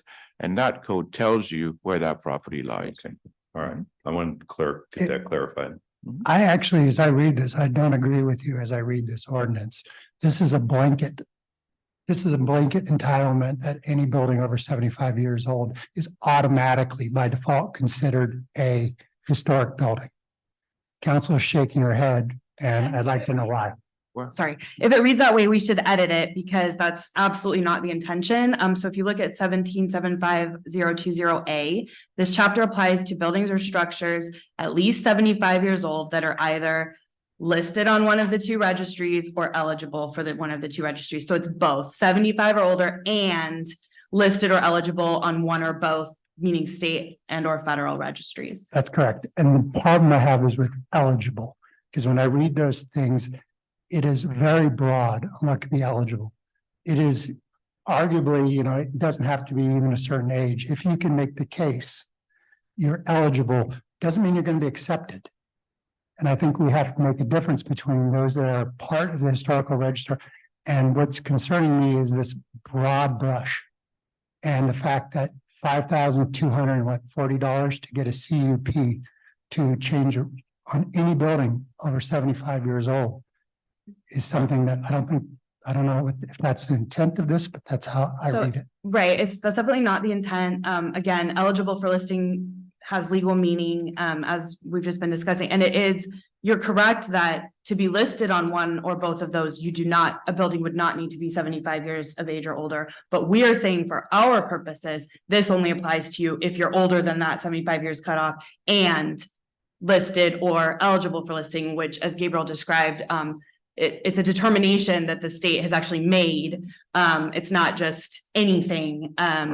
It's either on the federal register or the state has made that determination. That's not how I read the state ordinance. It said that is not eligible is eligible. Doesn't mean it's accepted. I'm concerned about this broad stroke. I mean, I was a California history major and I focused on the gold rush. See, Miss Marvin here is one of my primary sources, a long time when I was in school. But so I'm just worried about the broad, how it's going to impact a lot of people in this community. Entire little Wilseyville camp is all over 75 years old. Right. Well, I guess Mr. Oliver can actually tell us how many properties in your years as building official have you run across permits for structures that are 75 years old and have to make a determination one way or the other? Not very many. Not very many. I'm thinking of maybe 4 in my career where something has come up, and maybe only one of those were a dwelling. Most often we're talking about historic buildings in downtown areas or historic buildings as it relates to mining sites or historic places. And many of the historic buildings that would qualify for this aren't even within my jurisdiction. They would be in a state historic park, or they would be in some other, let's just say in some other authority or control beyond the county. I'll say this: historic preservation is typically what council would say a little squishy. Okay, there is always judgment throughout an entire process of renovating or repairing something that is deemed historic. Whenever you have a historic preservation ordinance, it's not convenient. It's often something that is negotiated to make sure that, in essence, the historic integrity of the building or place is maintained. So someone could come in and say, I want a re-roof on my house, and it would trigger this process. But we could also find out that site, it's the site that's historic, and the roof burned off of that 20 years ago and was replaced with something entirely different. Well, that historic integrity is lost. How do we protect the rest of it? Maybe the new roof is going to be acceptable. It's always a negotiation, because what we're trying to do is shoot the gap between what is affordable for the owner and what is necessary to protect the historic integrity of that site or building. So, I mean, it is possible that a re-roof or something's that come through, but I'll tell you, if somebody comes in and says, I want to replace my water heater, and they want to get a permit, it doesn't affect the historic integrity of the building. I'm not going to make them put an old 50s boiler back in that building. Neither would I ever want to consider that. And so there is some, well, there's a great deal of flexibility, let's say, but there is a possibility that someone could be in a position to go through this use permit process for something as simple as I'm changing out my windows. I'm replacing my roof. That's always a component, but that's consistent of any historic preservation ordinance to maintain the historic integrity. Sometimes you can't have vinyl windows. Sometimes a comp roof is not appropriate. But what is important to this community as far as historic preservation, and what do you want us to consider in these reviews? Some of this is going to be documented, but some of it's going to be by your direction and understanding in these meetings. Gary, do you have more questions? Well, you brought up the fact that it's a building and or a home, and the roof is caved in and it's sat there for a number of years. At what point do we get past this to where it's a danger to let it go any further, because it could collapse all into itself and injure somebody if there's kids playing around it or whatever? I mean, at that point, is that going to happen here? Well, then hell, I'm just going to let it go until it falls apart and comes down. So I'm gonna tell you a story. Huh? I'm gonna tell you a story. I'm gonna answer that with a story. Okay, because we have a building right now in Valley Springs, and it's called the White House. It's actually a home, and it's kind of going down that road right now. Okay. So there's a specific site that I had to manage all the way to the end. And when I was a child, I used to go there to go, play in the snow with my grandparents. That building had been around for a very, very long time. It was a known historic resource. It started collapsing. People continued to use that site after abandonment. People started going in and taking pictures, starting fires. First step is we try and secure the area and seek the owner. That failed. We boarded up and we cleaned up, the stuff that had collapsed. We tried to protect the building. They break in. We try again. We try and block the driveway. Somebody decides to pull an entire wall out of it. Now it's a structural hazard and people are getting in it. What I'm trying to say is demolition is the last step that we would take for any building, especially a historic building. We would be taking extra precautions to encourage the owner. And if there are structural components that are too expensive to replace with conventional means, we have the historic building code, which this ordinance would make mandatory. Not that we couldn't invoke it and do anyway, but this is a clear statement that we defer to that for. Show me a way to make this structurally sound using archaic materials or using the existing components that are still there. Give me something similar that I can use that meets the intent, even on commercial buildings. Let's make this affordable and fast and safe. Public safety is always the primary component when you have a historical resource that needs to be protected. If the public is safe, it can stay there in its state as long as it takes for someone to decide to invest in it. It's when people are breaking in, going in, starting fires, leaving garbage, creating vector control, concerns. That's when we have to consider that last option. But I've helped 30 times more historic buildings by sitting down and having a conversation through an ordinance like this in this code book than I ever have tearing one down. Thank you. Chair Garamendi, perhaps if your concern is costs, since the conditional use permit here is a limited scope CUP, perhaps we may want to address a different cost analysis for that.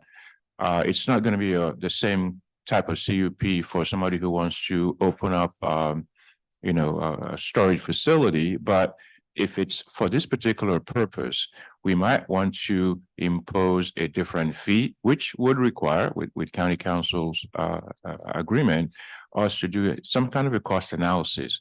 If it takes $5,000 to do a regular CUP, how much would it cost to do a limited scope CUP? Maybe that would come as a relief to some of the concerns that you have. It's not going to cost $5,000. Thank you, Gabriel. If that was my only concern, we could start that conversation, but it goes further. Supervisor Hubbard? Sure. Yes, I wanted to go back to the list for a second because I do know that there was an old list that existed and then that was being modified. Mm-hmm.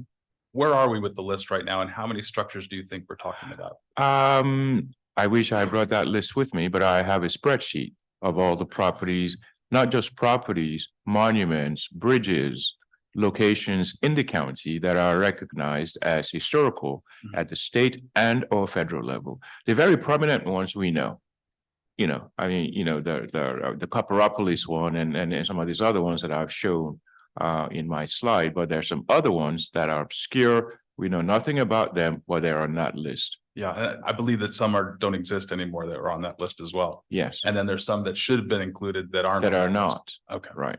Now, if we eventually get to the point where we actually adopt an ordinance, then it gives us more flexibility as to how you can get on the list or get out of the list. So that'll be that option at that stage.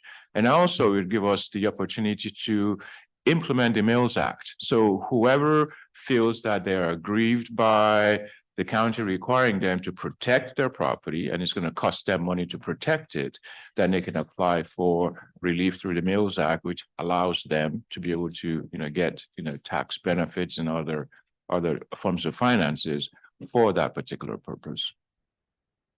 The other thing I'd like to say is, being someone who 20 years ago 20 some odd years ago, found a wonderful historic relic and wanted to fix it up. I do believe that the people that take on these projects need to have their head examined, number one, but two, there's a passion involved. Oh, it has to be a passion. And you want to do the best for that building. And I believe that the people in this county have the best interest of the building at heart when they take on these projects. Absolutely. Supervisor Fawn, are you done, Supervisor? I'm done, yeah. Supervisor Durf, did you have a comment? Okay, I have a bunch of questions. Okay. My concerns are manyfold. First is using, there's an urgency ordinance to accomplish this. I recognize this was a hole we should have filled a long time ago. And we're in a vulnerable position at this point for many of our historic buildings. And like Martin, I own a historic building as well. I am passionate about. But what I'm concerned about is the public process and getting public input on this document. I would vastly prefer that we were able to take this through the public process, through the planning commission and coming here. So with the caveat before I get into my details, that whatever we do, if we do move ahead, that needs to move. The regular ordinance needs to go through the public process. And it's not an open checkbook till the end of the extension. So if we do this, I want to know a time certain that we're going to see that, so it doesn't go on forever. My main concerns with this is the terms eligibility, because as I read this, and we only got this, your board only got this on Wednesday afternoon. So we haven't had a chance to public hasn't had a chance to digest this, nor have we. So when I read through this, obviously council and I have a different opinion on what constitutes eligible, but that's also going to make it very subjective for you guys to do your job. I am concerned that really as I read this, any building, and it does say exterior in one part, but it doesn't say it throughout, would be subject to the CUP. A new roof, if you wanted to put a deck on your back, if you wanted to anything that might require a permit, maybe up to and including a water heater. I don't think that would quite apply, but certainly a roof would have to go through a CUP process, which would add at least 6 weeks and $5,400 as it stands today. My other concern is, and I support the idea of demolition. I understand what demolition is, but under this broad blanket that we're putting forward, we talk a lot about construction and alteration. So again, are we keeping the building from being torn down? I understand what that means, but construction alteration suddenly becomes a bit subjective too, or going for a building permit. My final issue is that in this document, we say that we're implementing through the EIR, CIS 8G and H8H as they are written. And what this document does is not how it's written in our general plan. It talks about demolition. It doesn't talk about alterations and construction. And so really, if we're able to work this out and figure out how to make it about demolition, about preserving these buildings, I'd probably even be okay on a limited term for this broad sweep that we're building into eligible. But we have to hammer these things out, or we're going to end up having trying to do the right thing. We could have unintended consequences that could cascade down. And we have to be thoughtful about those unintended consequences. So if there's any response to that, and then we'll open up to public comment. Well, we're dancing between answering it. The first question I think I can answer it, but could you repeat that, please? Eligibility. Eligibility. I think we touched on that Okay. before. So if we agree on the premise that even though there may be a disagreement over the language, if the board agrees that it should be implemented the way council says it is written, we're good, because we will agree that enforcement means 75 years old or older and has to be on the registry, or the state has recognized it as eligible. If you agree that that's what that means, then you've given direction to staff, and that's how we will implement it. And we can write the appropriate procedures for our staff to follow based on that direction. Second question was construction or alteration. and how that is interpreted? I think I can address that. From my perspective, I think for this particular urgency ordinance, we can limit it to demolition only. But I think going forward, we have to also look at alteration, because alteration changes the character of a historical structure, depending on what the alteration consists of. But since we don't have a regular standing historic preservation ordinance, that is something we can address in that particular ordinance. For the purpose of this ordinance, if the main concern is we don't want buildings to be demolished without some kind of proper vetting, I think demolition could be the focus of this ordinance. And I think I think Mr. Elliott's certainly correct. If the board wanted to make the policy decision that for the purposes of this interim ordinance, that it would only be applicable to demolition permits as opposed to other types of building permits, which someone would need to obtain from the county, the board can absolutely make that call. But it is true that when it comes time for the permanent ordinance, in order to actually implement those general plan measures, it does apply more broadly than demolition. It applies, we are required to use the Secretary of the Interior standards for restoration and alteration as well. And the only mechanism by which to do that is to require a permit like this. So yes, the board could do more limited in scope, but eventually the permanent one will be broader than demolition. That would come to a public process. oh yeah, it would go through planning committee. I mean, if you want, yeah, we can even have community meetings prior to this, just to make sure that we get everybody's buy-in before we go full steam ahead. Other questions from the board before I open up to public comment? All right, public comment. And we'll bring it back to the board for further discussion.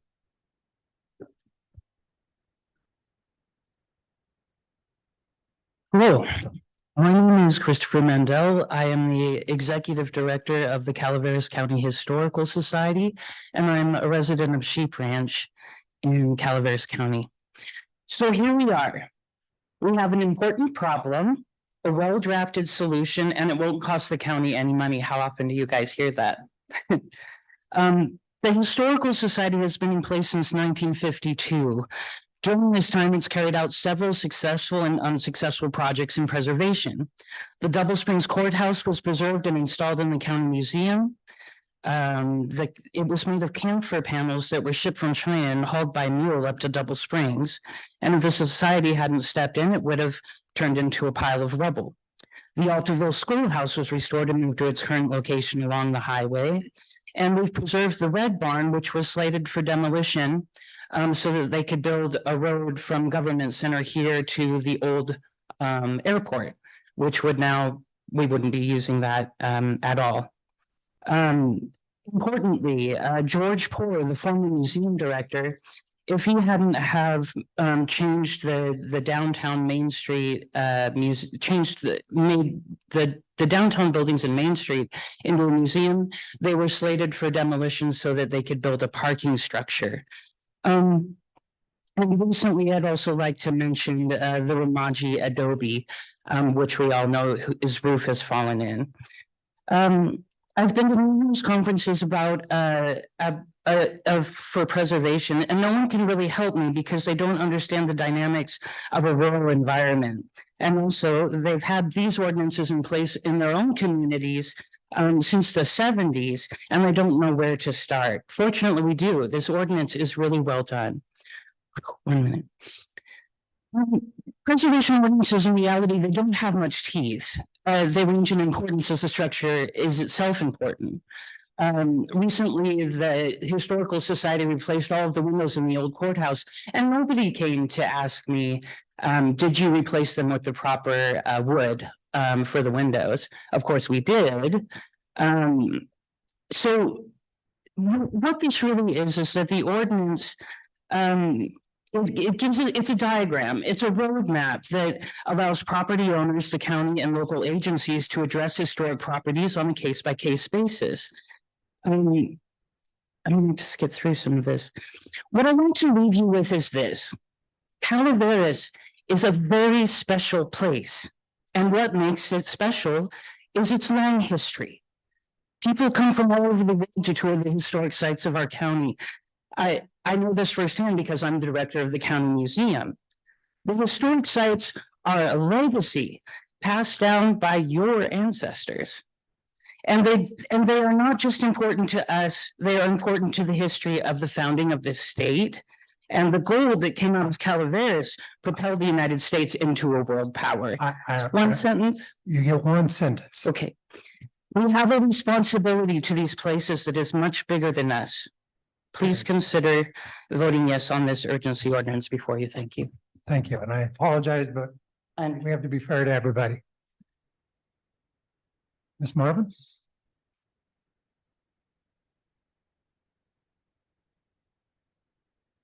Judith Marvin Murphys. I've been an architectural historian for over 40 years, working for federal, state, county, and city and private agencies, and have worked under all these laws. I want to point out that CEQA supersedes all county ordinances. And if somebody wants to sue, it doesn't matter whether you have a county ordinance or not. They'll go ahead and sue you under CEQA. So that's a moot point. I want to say how important it is that we have this demolition ordinance. In 1976, I conducted a historic resources inventory of Murphy's at the office, at the suggestion of the Office of Historic Preservation. Of those buildings, only 1/4 of them are, over 1/4 of them have been demolished. And so you lose a lot, that sort of thing. And in Murphy's, we're about to lose a wonderful 1860 school, the oldest continuously operated school in California, due to what's called demolition by neglect. And these sorts of things we have to preserve. Otherwise, we can just be like, downtown Ripon. Nobody's coming to Calaveras County to go to CVS or go to Burger King or any of those places. So, and I wanted to point out one other thing. I work for Tuolumne County, wrote the historic resources overview for the Tuolumne County cultural resources element. And in the 30-some years that's been in Tuolumne County has had the ordinance, I can tell you not many places have been stopped from, that hasn't stopped any development in Tuolumne County that I've ever noticed. And the only thing that's ever been demolished is pretty awful. Thank you. Thank you, Ms. Bowman. Sal? I'm Sal Manna, and I'm the president of the Society for the Preservation of West Calaveras History, which is a California incorporated nonprofit since 2006. And the reason I'm here is because the threat of the demolition of the Valley Springs train depot, which is more than 130 years old, the last remaining depot of the San Joaquin Sierra Nevada Railroad, certified eligible for the National Register of Historic Places, on the state's list of California historic places, and considered historically significant by the State Office of Historic Preservation and the California Department of Transportation, which concurred with that designation. But this vote today is not solely about the train depot or even the details of a historic preservation ordinance. Every county is supposed to have a cultural resources focus in the general plan, and so does Calaveras County. What we don't have is a code where processes and responsibilities are clearly spelled out, and that failure is to the detriment of both the community and property owners. There will be a historic preservation ordinance here. Make no mistake about that. The details have to be worked out and debated and put before public hearings. There are details that I may object to, details that you may object to. What this vote today is about is whether to allow folks to destroy a historic property while the community decides what those details will be, what that process will be. This is a temporary ordinance until that is completed. A temporary freeze, per se, to protect our cultural resources. If this interim ordinance is not passed today, and the Valley Springs Train Depot, which is at the center of our town, the symbol of our town, the heart and soul of our town, happens to be destroyed before a permanent ordinance is established, which will give the property owner and the community an opportunity to come to an agreement that will satisfy both of them. We'll be very clear who will be responsible for that. That is why there's an urgency to this particular ordinance. Thank you.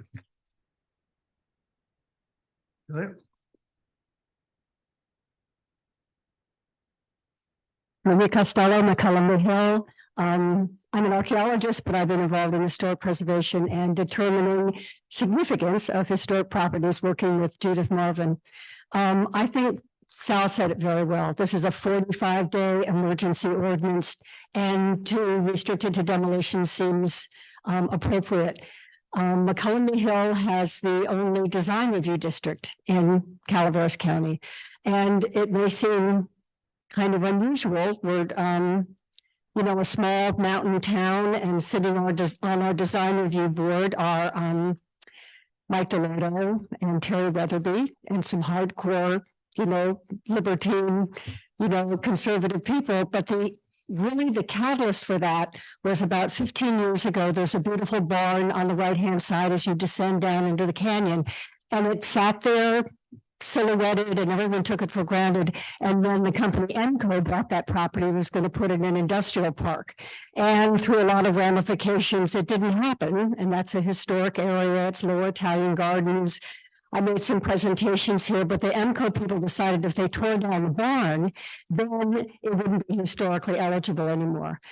That wasn't the case. There were lots of other elements, but suddenly that barn disappeared, and it galvanized the community. People who never thought they cared about historic preservation went, what happened to the barn? Where is this icon of the edge of our town? And the ordinance, within 2 years, we had 4 or 5 public meetings in the town hall. Property owners signed up their properties to be on the registry, and we passed it, and the Board of Supervisors passed it as an ordinance. So it's important. We have a sacrificial lamb. The barn got our ordinance in, got our design review, but we shouldn't have to have those sacrificial lambs in order to do the right thing. Thank you. Thank you, Julia. Other public comments? Are there any online? Oh, come on. Hi again. My name is Jill Brigance. I'm a local journalist who's covered the work of Judith and Julia, and also a local writer who writes about this county. My family's been here for 3 generations. Supervisor Garamendi, I do not need to share this with you. I know this is a fact you already know. In February of 1850, there were 27 counties that established California. Ours was one of them. Which makes this home to some of the oldest and most culturally significant structures in this state. This ordinance exists in comparable gold rush era counties, specifically in our neighbor to the south, Tuolumne County. The people who are sitting in this room had a large hand in how that happened. They are experts. I believe in them strongly. Also, there are 4 of you here today, and you stand in the gap for these structures in Calaveras County. These structures need a voice. They need it now. And I'm so sorry, but I'm asking for it to be yours. Is there any comment online? There are no online public comments. Okay, bring it back to the board for discussion. How do you guys want to go about this? Amanda had some questions. I don't have questions. I mainly have some comments, and some of them might be repetitive from the public, but I think this ordinance is pretty normal. Honestly, I think it's pretty light in comparison to like cities and counties, as Joel has pointed out, that most of the mother lode does already have a historic preservation. We're kind of the abnormal county in the region that doesn't have something on the books. Being as an elected in another jurisdiction, making these type of decisions with planning and building, it is not an easy decision when you do get to the point of demolition. But in my experience, it is a thorough process. And there's a lot of negotiation that happens. There's a lot of public forum that happened. And it is not easy, but when there's usually a compromise to that. And one example, I know that it's different regulations and a lot more stricter within the city, but the city council was gonna have to go in and demo a building in downtown because of public safety issues. And in the negotiation with the owner, they could build a new building, but the facade just had to mimic what was on the register. And so there are options. They could have built it to modern, have the modern windows, have all that, as long as the outside matched the historic district and the historic building of what was on the state and national.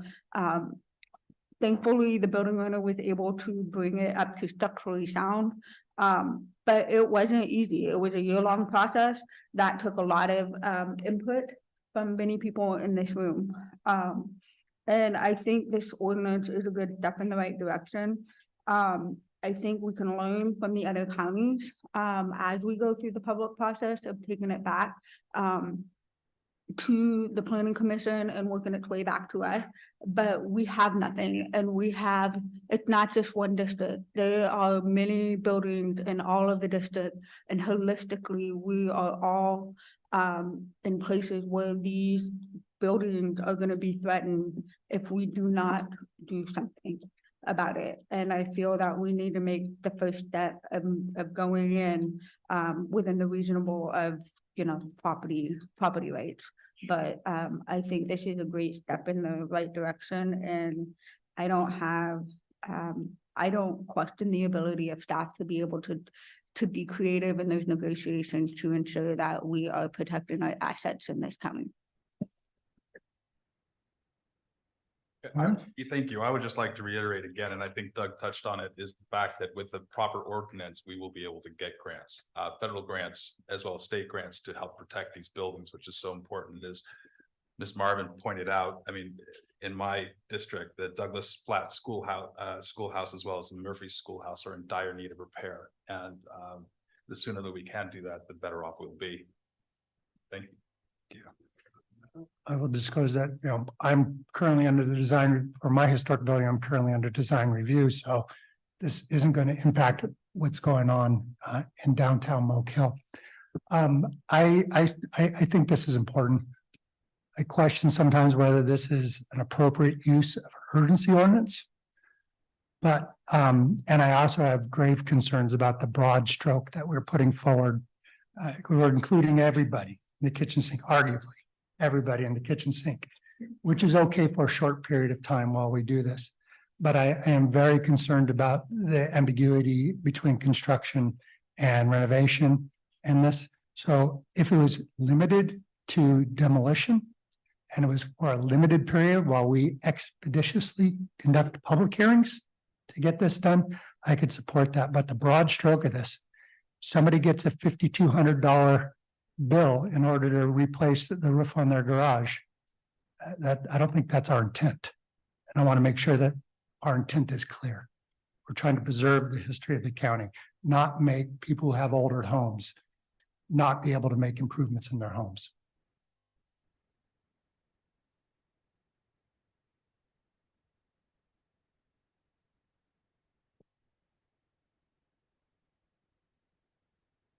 This ordinance is going to come back to us, the final ordinance, once it goes to the planning commission and goes forward, is going to have a lot more in it than just demolition.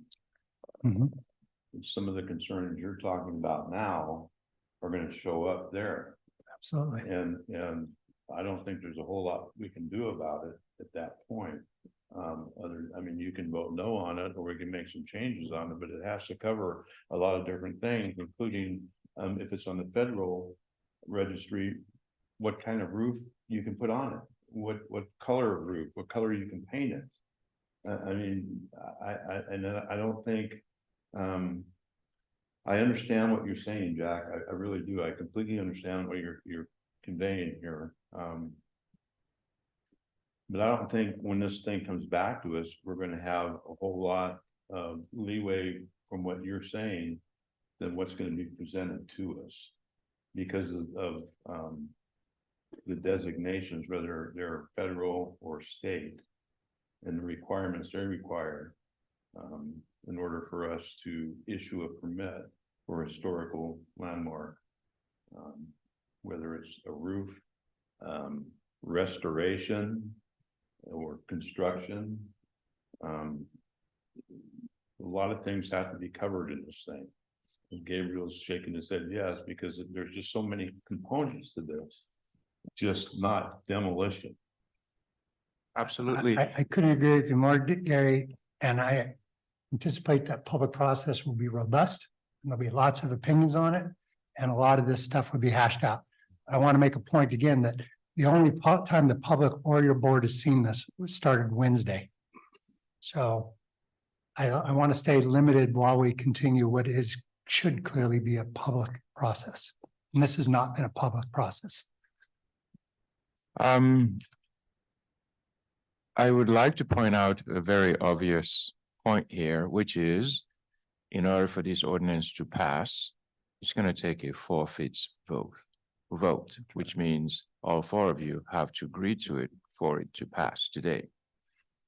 If you have any reservations at all, as because of language, the broad stroke, we may want to consider a time when there will be 5 of you.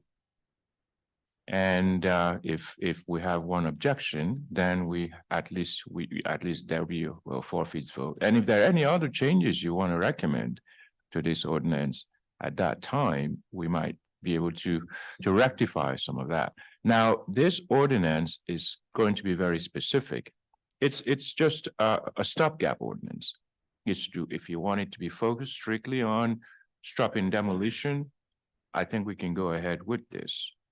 The actual ordinance that's going to come after this one is going to be more detailed because it's going to require additional language and so on and so forth.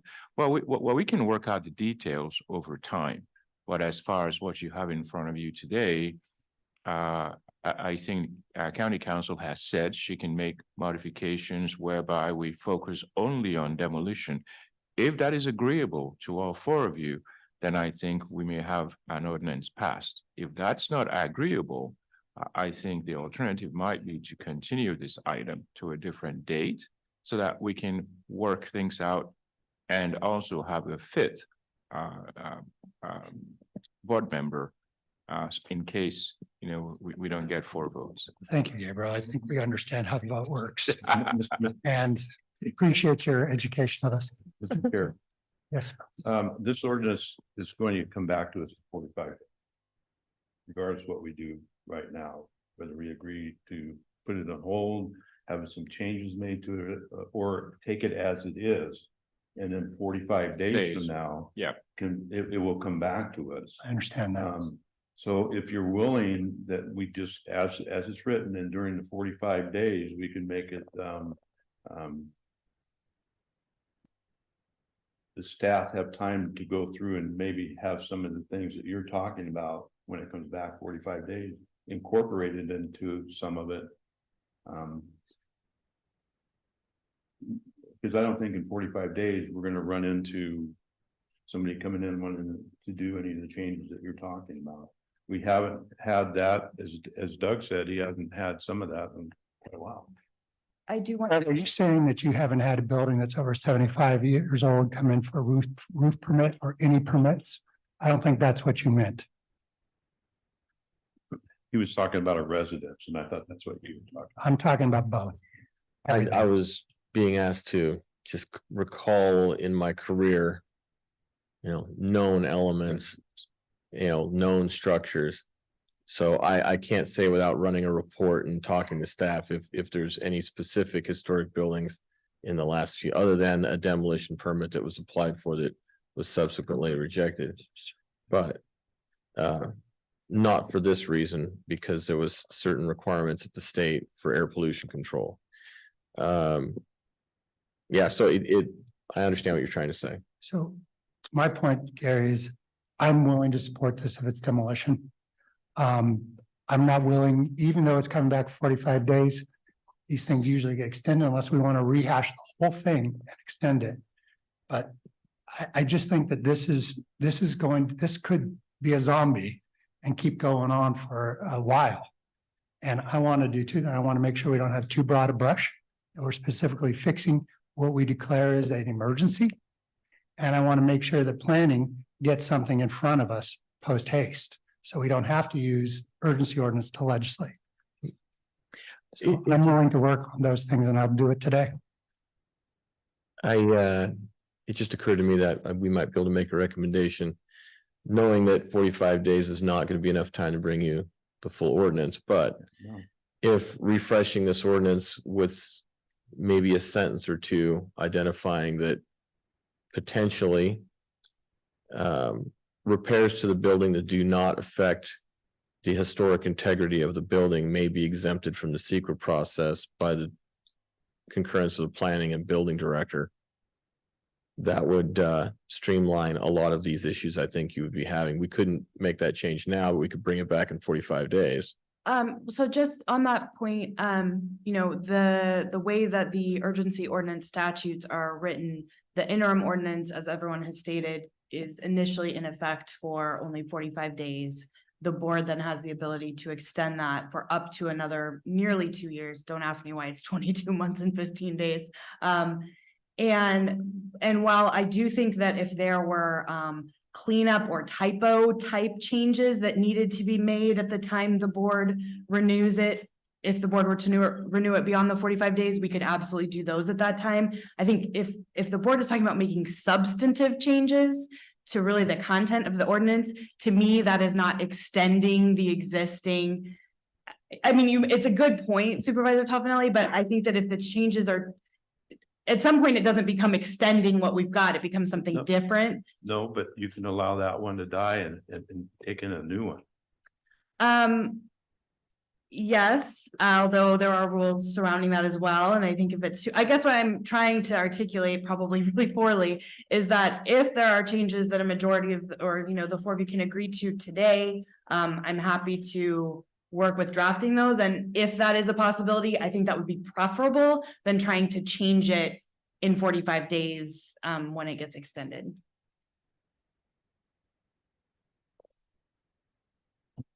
So the question becomes, are we going to amend this now? Sounds to me like that's the best solution. Can we?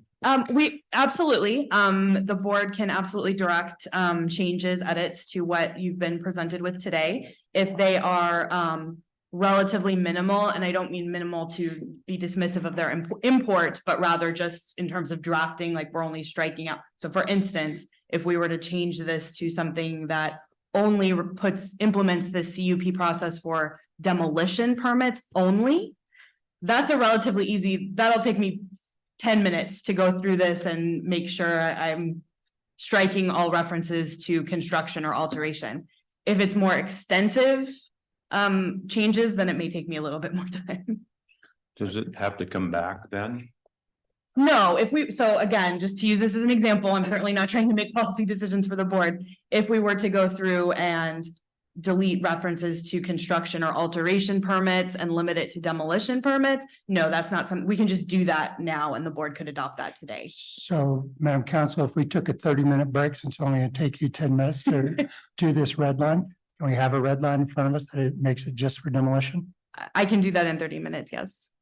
I give you more time if you need it. Oh, I thought you said, no, yeah. No, I said, I was. Yes, you said. Yeah, she said 10 minutes. I thought 30 was being generous. I can do it in 30. I can do it in 50. I'll say 15. I don't want to diminish the importance of this. I also just don't want to have the unintended consequences that could happen. I understand that's absolutely a policy decision for the board. As Mr. Elliott has pointed out, you know, in order to be compliant with CEQA, the general plan, et cetera, the permanent ordinance will be more robust, but as an interim measure, the board certainly could decide to limit it in scope to demolition permits. Okay, so the question before I'll put to the board is, you want to have the county council make the amendments and get this done now, or do you guys want to punt to the next meeting? Yes. Very well. 15-minute break. So there's consensus to do that. Council, we will reconvene this meeting at noon and we'll all read through it as soon as it's ready. Okay, Madam Clerk, if I were to provide you with a, Would you rather have lunch and come back at 1 o'clock? that's entirely your preference. I'm fine either way, truly. I have a, All right. Well, 12 o'clock.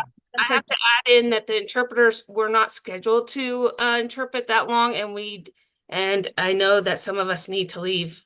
I will leave that for the clerk of the board to work out with you. Thank you. all. Okay, great. Thank you. Sorry, just quickly, Madam Clerk, if I were to provide you with that red line at noon, is that something you can throw it up on the screen so everyone can? Absolutely. Perfect. Okay, Yes. thank you. Thank you. We stand adjourned till noon. Excuse me, recessed.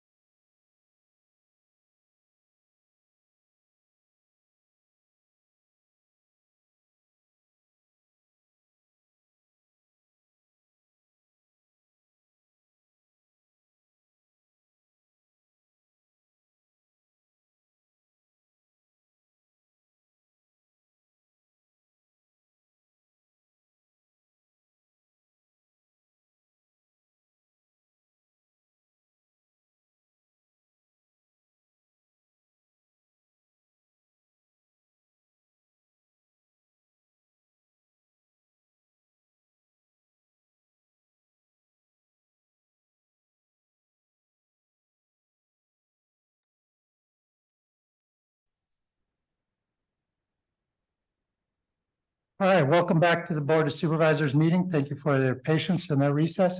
The council, do you want to introduce what we got in front of us? Sure, I'm going to attempt to share my screen without showing you the embarrassing number of icons on my desktop. Okay, I also made hard copies for everybody, I think that's here in the room, and the hard copies are identical to what is on the screen right now. So I basically just tracked changes and if I did what I intended to do, removed references to alteration or construction permits and therefore limited this interim ordinance to demolition permits. And if anyone sees anything that I missed, I am happy to look at it. Take this back. Go ahead. Oh, I say, if you want me to walk through them all, I can, or? What is the preference of this board? I'm going to open the public comment up again because we've made a change to the ordinance that we're looking at. But, It's fine with me. I just had one question. If I could ask you, sir, on 17.75.05, sorry. In 17.75.050 in C, there is a red mark, but there's no, I don't know if that was something that was eliminated. Or... I deleted an extra space. There were Okay. 3 spaces in between sentences. Thank I actually prefer 1 myself, but I think this has 2 throughout, but there were 3 there. Thank you. questions from the board? Well, because we've changed this document, I like to offer public comment again. Any comments from the public on this new version? Okay, well, if I got Judy and on there, I'm good to go. Any further comments from staff on this, or members of the board, would you like to walk through each item, or are they pretty clear? Would you like to walk through each item? Oh, I'm good. Oh, sorry. No, I would just state, you know, it's the same as before. It's just more limited in scope and now will apply only to folks looking to obtain demolition permits from the building department. Okay, thank you. Are there any comments online? There are no online public comments. All right. I'll call for the vote, but you know, we should probably all explain ourselves. I think my comments were clear, but I think that what we have to talk about, what we have to think about this is the broad impacts to the overall county. We've talked about issues in Murphy's. We've talked about issues in McCalmy Hill, talked about issues on 49 going out to Angels Camp over. And then as Gary pointed out, also, you know, the White House down in Valley Springs. So this impacts all of us, and I will be supporting this when the vote is called. I would just like to say that some of the people that I respect the most in this county are sitting in the audience right now. And I want to thank you for your passion, your diligence, and the number of hours that you've just given to the county and your heart for things like this. It's very important, and I really appreciate all that you've done. Okay, seeing no further, I will ask for a motion. Move. So just to be Moved by Supervisor Fowler. I will second. Second by Supervisor Toffenelli. All in favor? Aye. Opposed? None. Passes 4-0, 1 absent. Thank you. No. Morning, Gary. It's a happy hands day. Very well. Deep breath, everyone, and we'll move on to supervisors' announcements. Madam Clerk, you want to read that one in? Sorry about that. In compliance with Government Code 532.32.3D, board members shall provide a brief reports on any meetings attended at the expense of the local agency and may make other announcements or report out. Gary, we'll go District 1 first.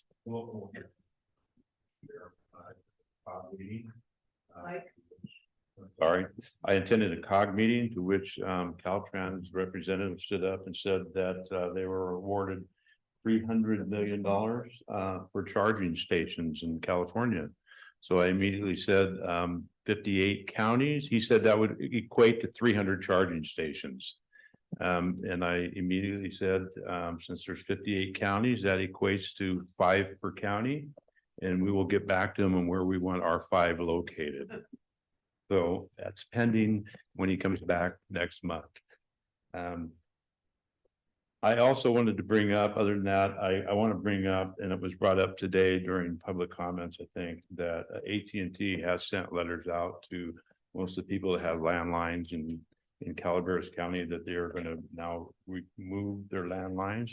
And this puts a lot of elderly people that don't have cell phones or don't want cell phones at risk of not having a landline. So I'm wanting to ask the board, are they interested in maybe sending a letter signed by the board to AT&T asking them to not do that? If we put a letter together, is the board willing to do that? Martin? Yeah, I had actually asked the chair about this as well. I've been getting bombarded, and I feel very strongly that the two in public meetings are down in Southern California regarding this. I do have the link. Terry Woodrow forwarded me the link that people can actually write letters themselves, but I think a letter from the board would really be appropriate. So I agree with giving direction. So if we could, for our next board meeting, have a letter written to that extent. Yes, the admin office will put that letter together for your board. Thank you. That's all I have. Thank you, Gary. Amanda? Yes, I got a couple of things to report. I too attended the COG meeting, but after that is the CTA, which is the Calaveras Transit Authority. And compared to last year, our ridership in the county using Calaveras Connect is at 46.7%. So as of this moment in time, so that is a huge increase from last year. Last year there were 12,641 riders. This year there's 18,548 riders. And so I think a lot of people were worried coming out of COVID that people weren't going to be using public transportation, and we're really seeing a huge increase. One of the biggest increase actually is to Columbia College. So they're up 38.7%. So it's going well. So I just wanted to let the board know about that. I also attended last Thursday. CEO had talked with her as well, along with the CAO of Tuolumne County and the economic director and the ag commissioner. We also had each county within the UC region represented. So we had a board member from Amador, Eldorado, Calaveras, and Tuolumne at the slaughter processing stakeholder meeting. And it was really, really good turnout. Due to the weather, some people did join online. But we had, I want to say, almost 40 people from the public in that room physically. And so it was a really good conversation. By the end of the meeting, all of the producers wanted each other's phone numbers. So we got consensus to share their information so they could collaborate offline and discuss things they did not feel comfortable discussing in front of the government. But it's been a really good, and I got to thank the UC Extension for stepping up and really taking the lead on this, and Tuolumne County for hosting that at their OES office.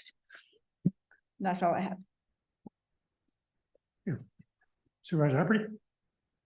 I wanted to start by just thanking administration, and I think we've all done the Parks and Rec meeting with the company that's doing the report.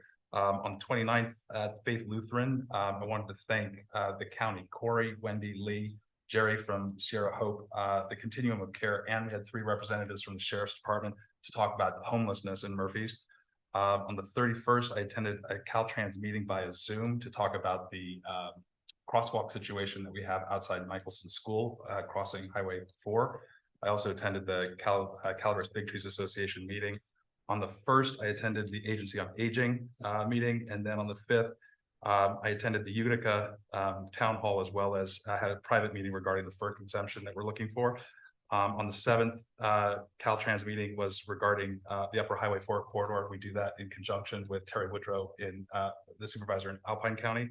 As well as I want to thank Corey again from Health and Human Services for helping me with the Ebbets Pass Property Owners Council and getting two representatives to talk to them about COVID vaccinations and what's going on with health these days. Thank you very much. I just wanted to, lots of meetings. It's been a long time since we got together. I want to just remind the board that I am part of an ad hoc for what we're calling Williamson Act 2.0. And so I've reached out to staff and people who are working that, really trying to get some input from the practitioner's point of view on that law that we could bring down to RCRC to this ad hoc committee, hopefully present some real legislative improvements to that act by the end of the year. So as those things come together, we work with the Farm Bureau, working with our staff, working with State Farm Bureau and Department of Conservation. And hopefully we can make this an effective piece of legislation that'll last another 50 years. Golden State Connect Authority continues to do their work. I want to thank Kathy and Gabriel and Doug and Public Works who have really been working, and Stan who have really been working on making this happen. The drones flying over are your government, but it's actually just surveying to put in new internet. So I'm excited about that, and hopefully we'll have some news in the next month or so. Sierra Nevada Conservancy, I have a meeting coming up where we're going to do a whole lot of grant making. We know the state's budget, so we're going to do a whole lot of encumbering and get some projects. A lot of those projects are really good for Calaveras County and fire prevention, and they cover just about all the different regions of our county. So good days. Is there anything you'd like to report out on, Madam CEO?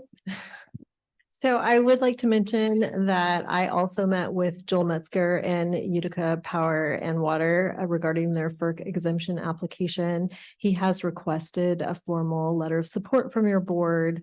And so with your board's permission, we'd like to bring that forward for you to consider. Board, you guys want to consider it?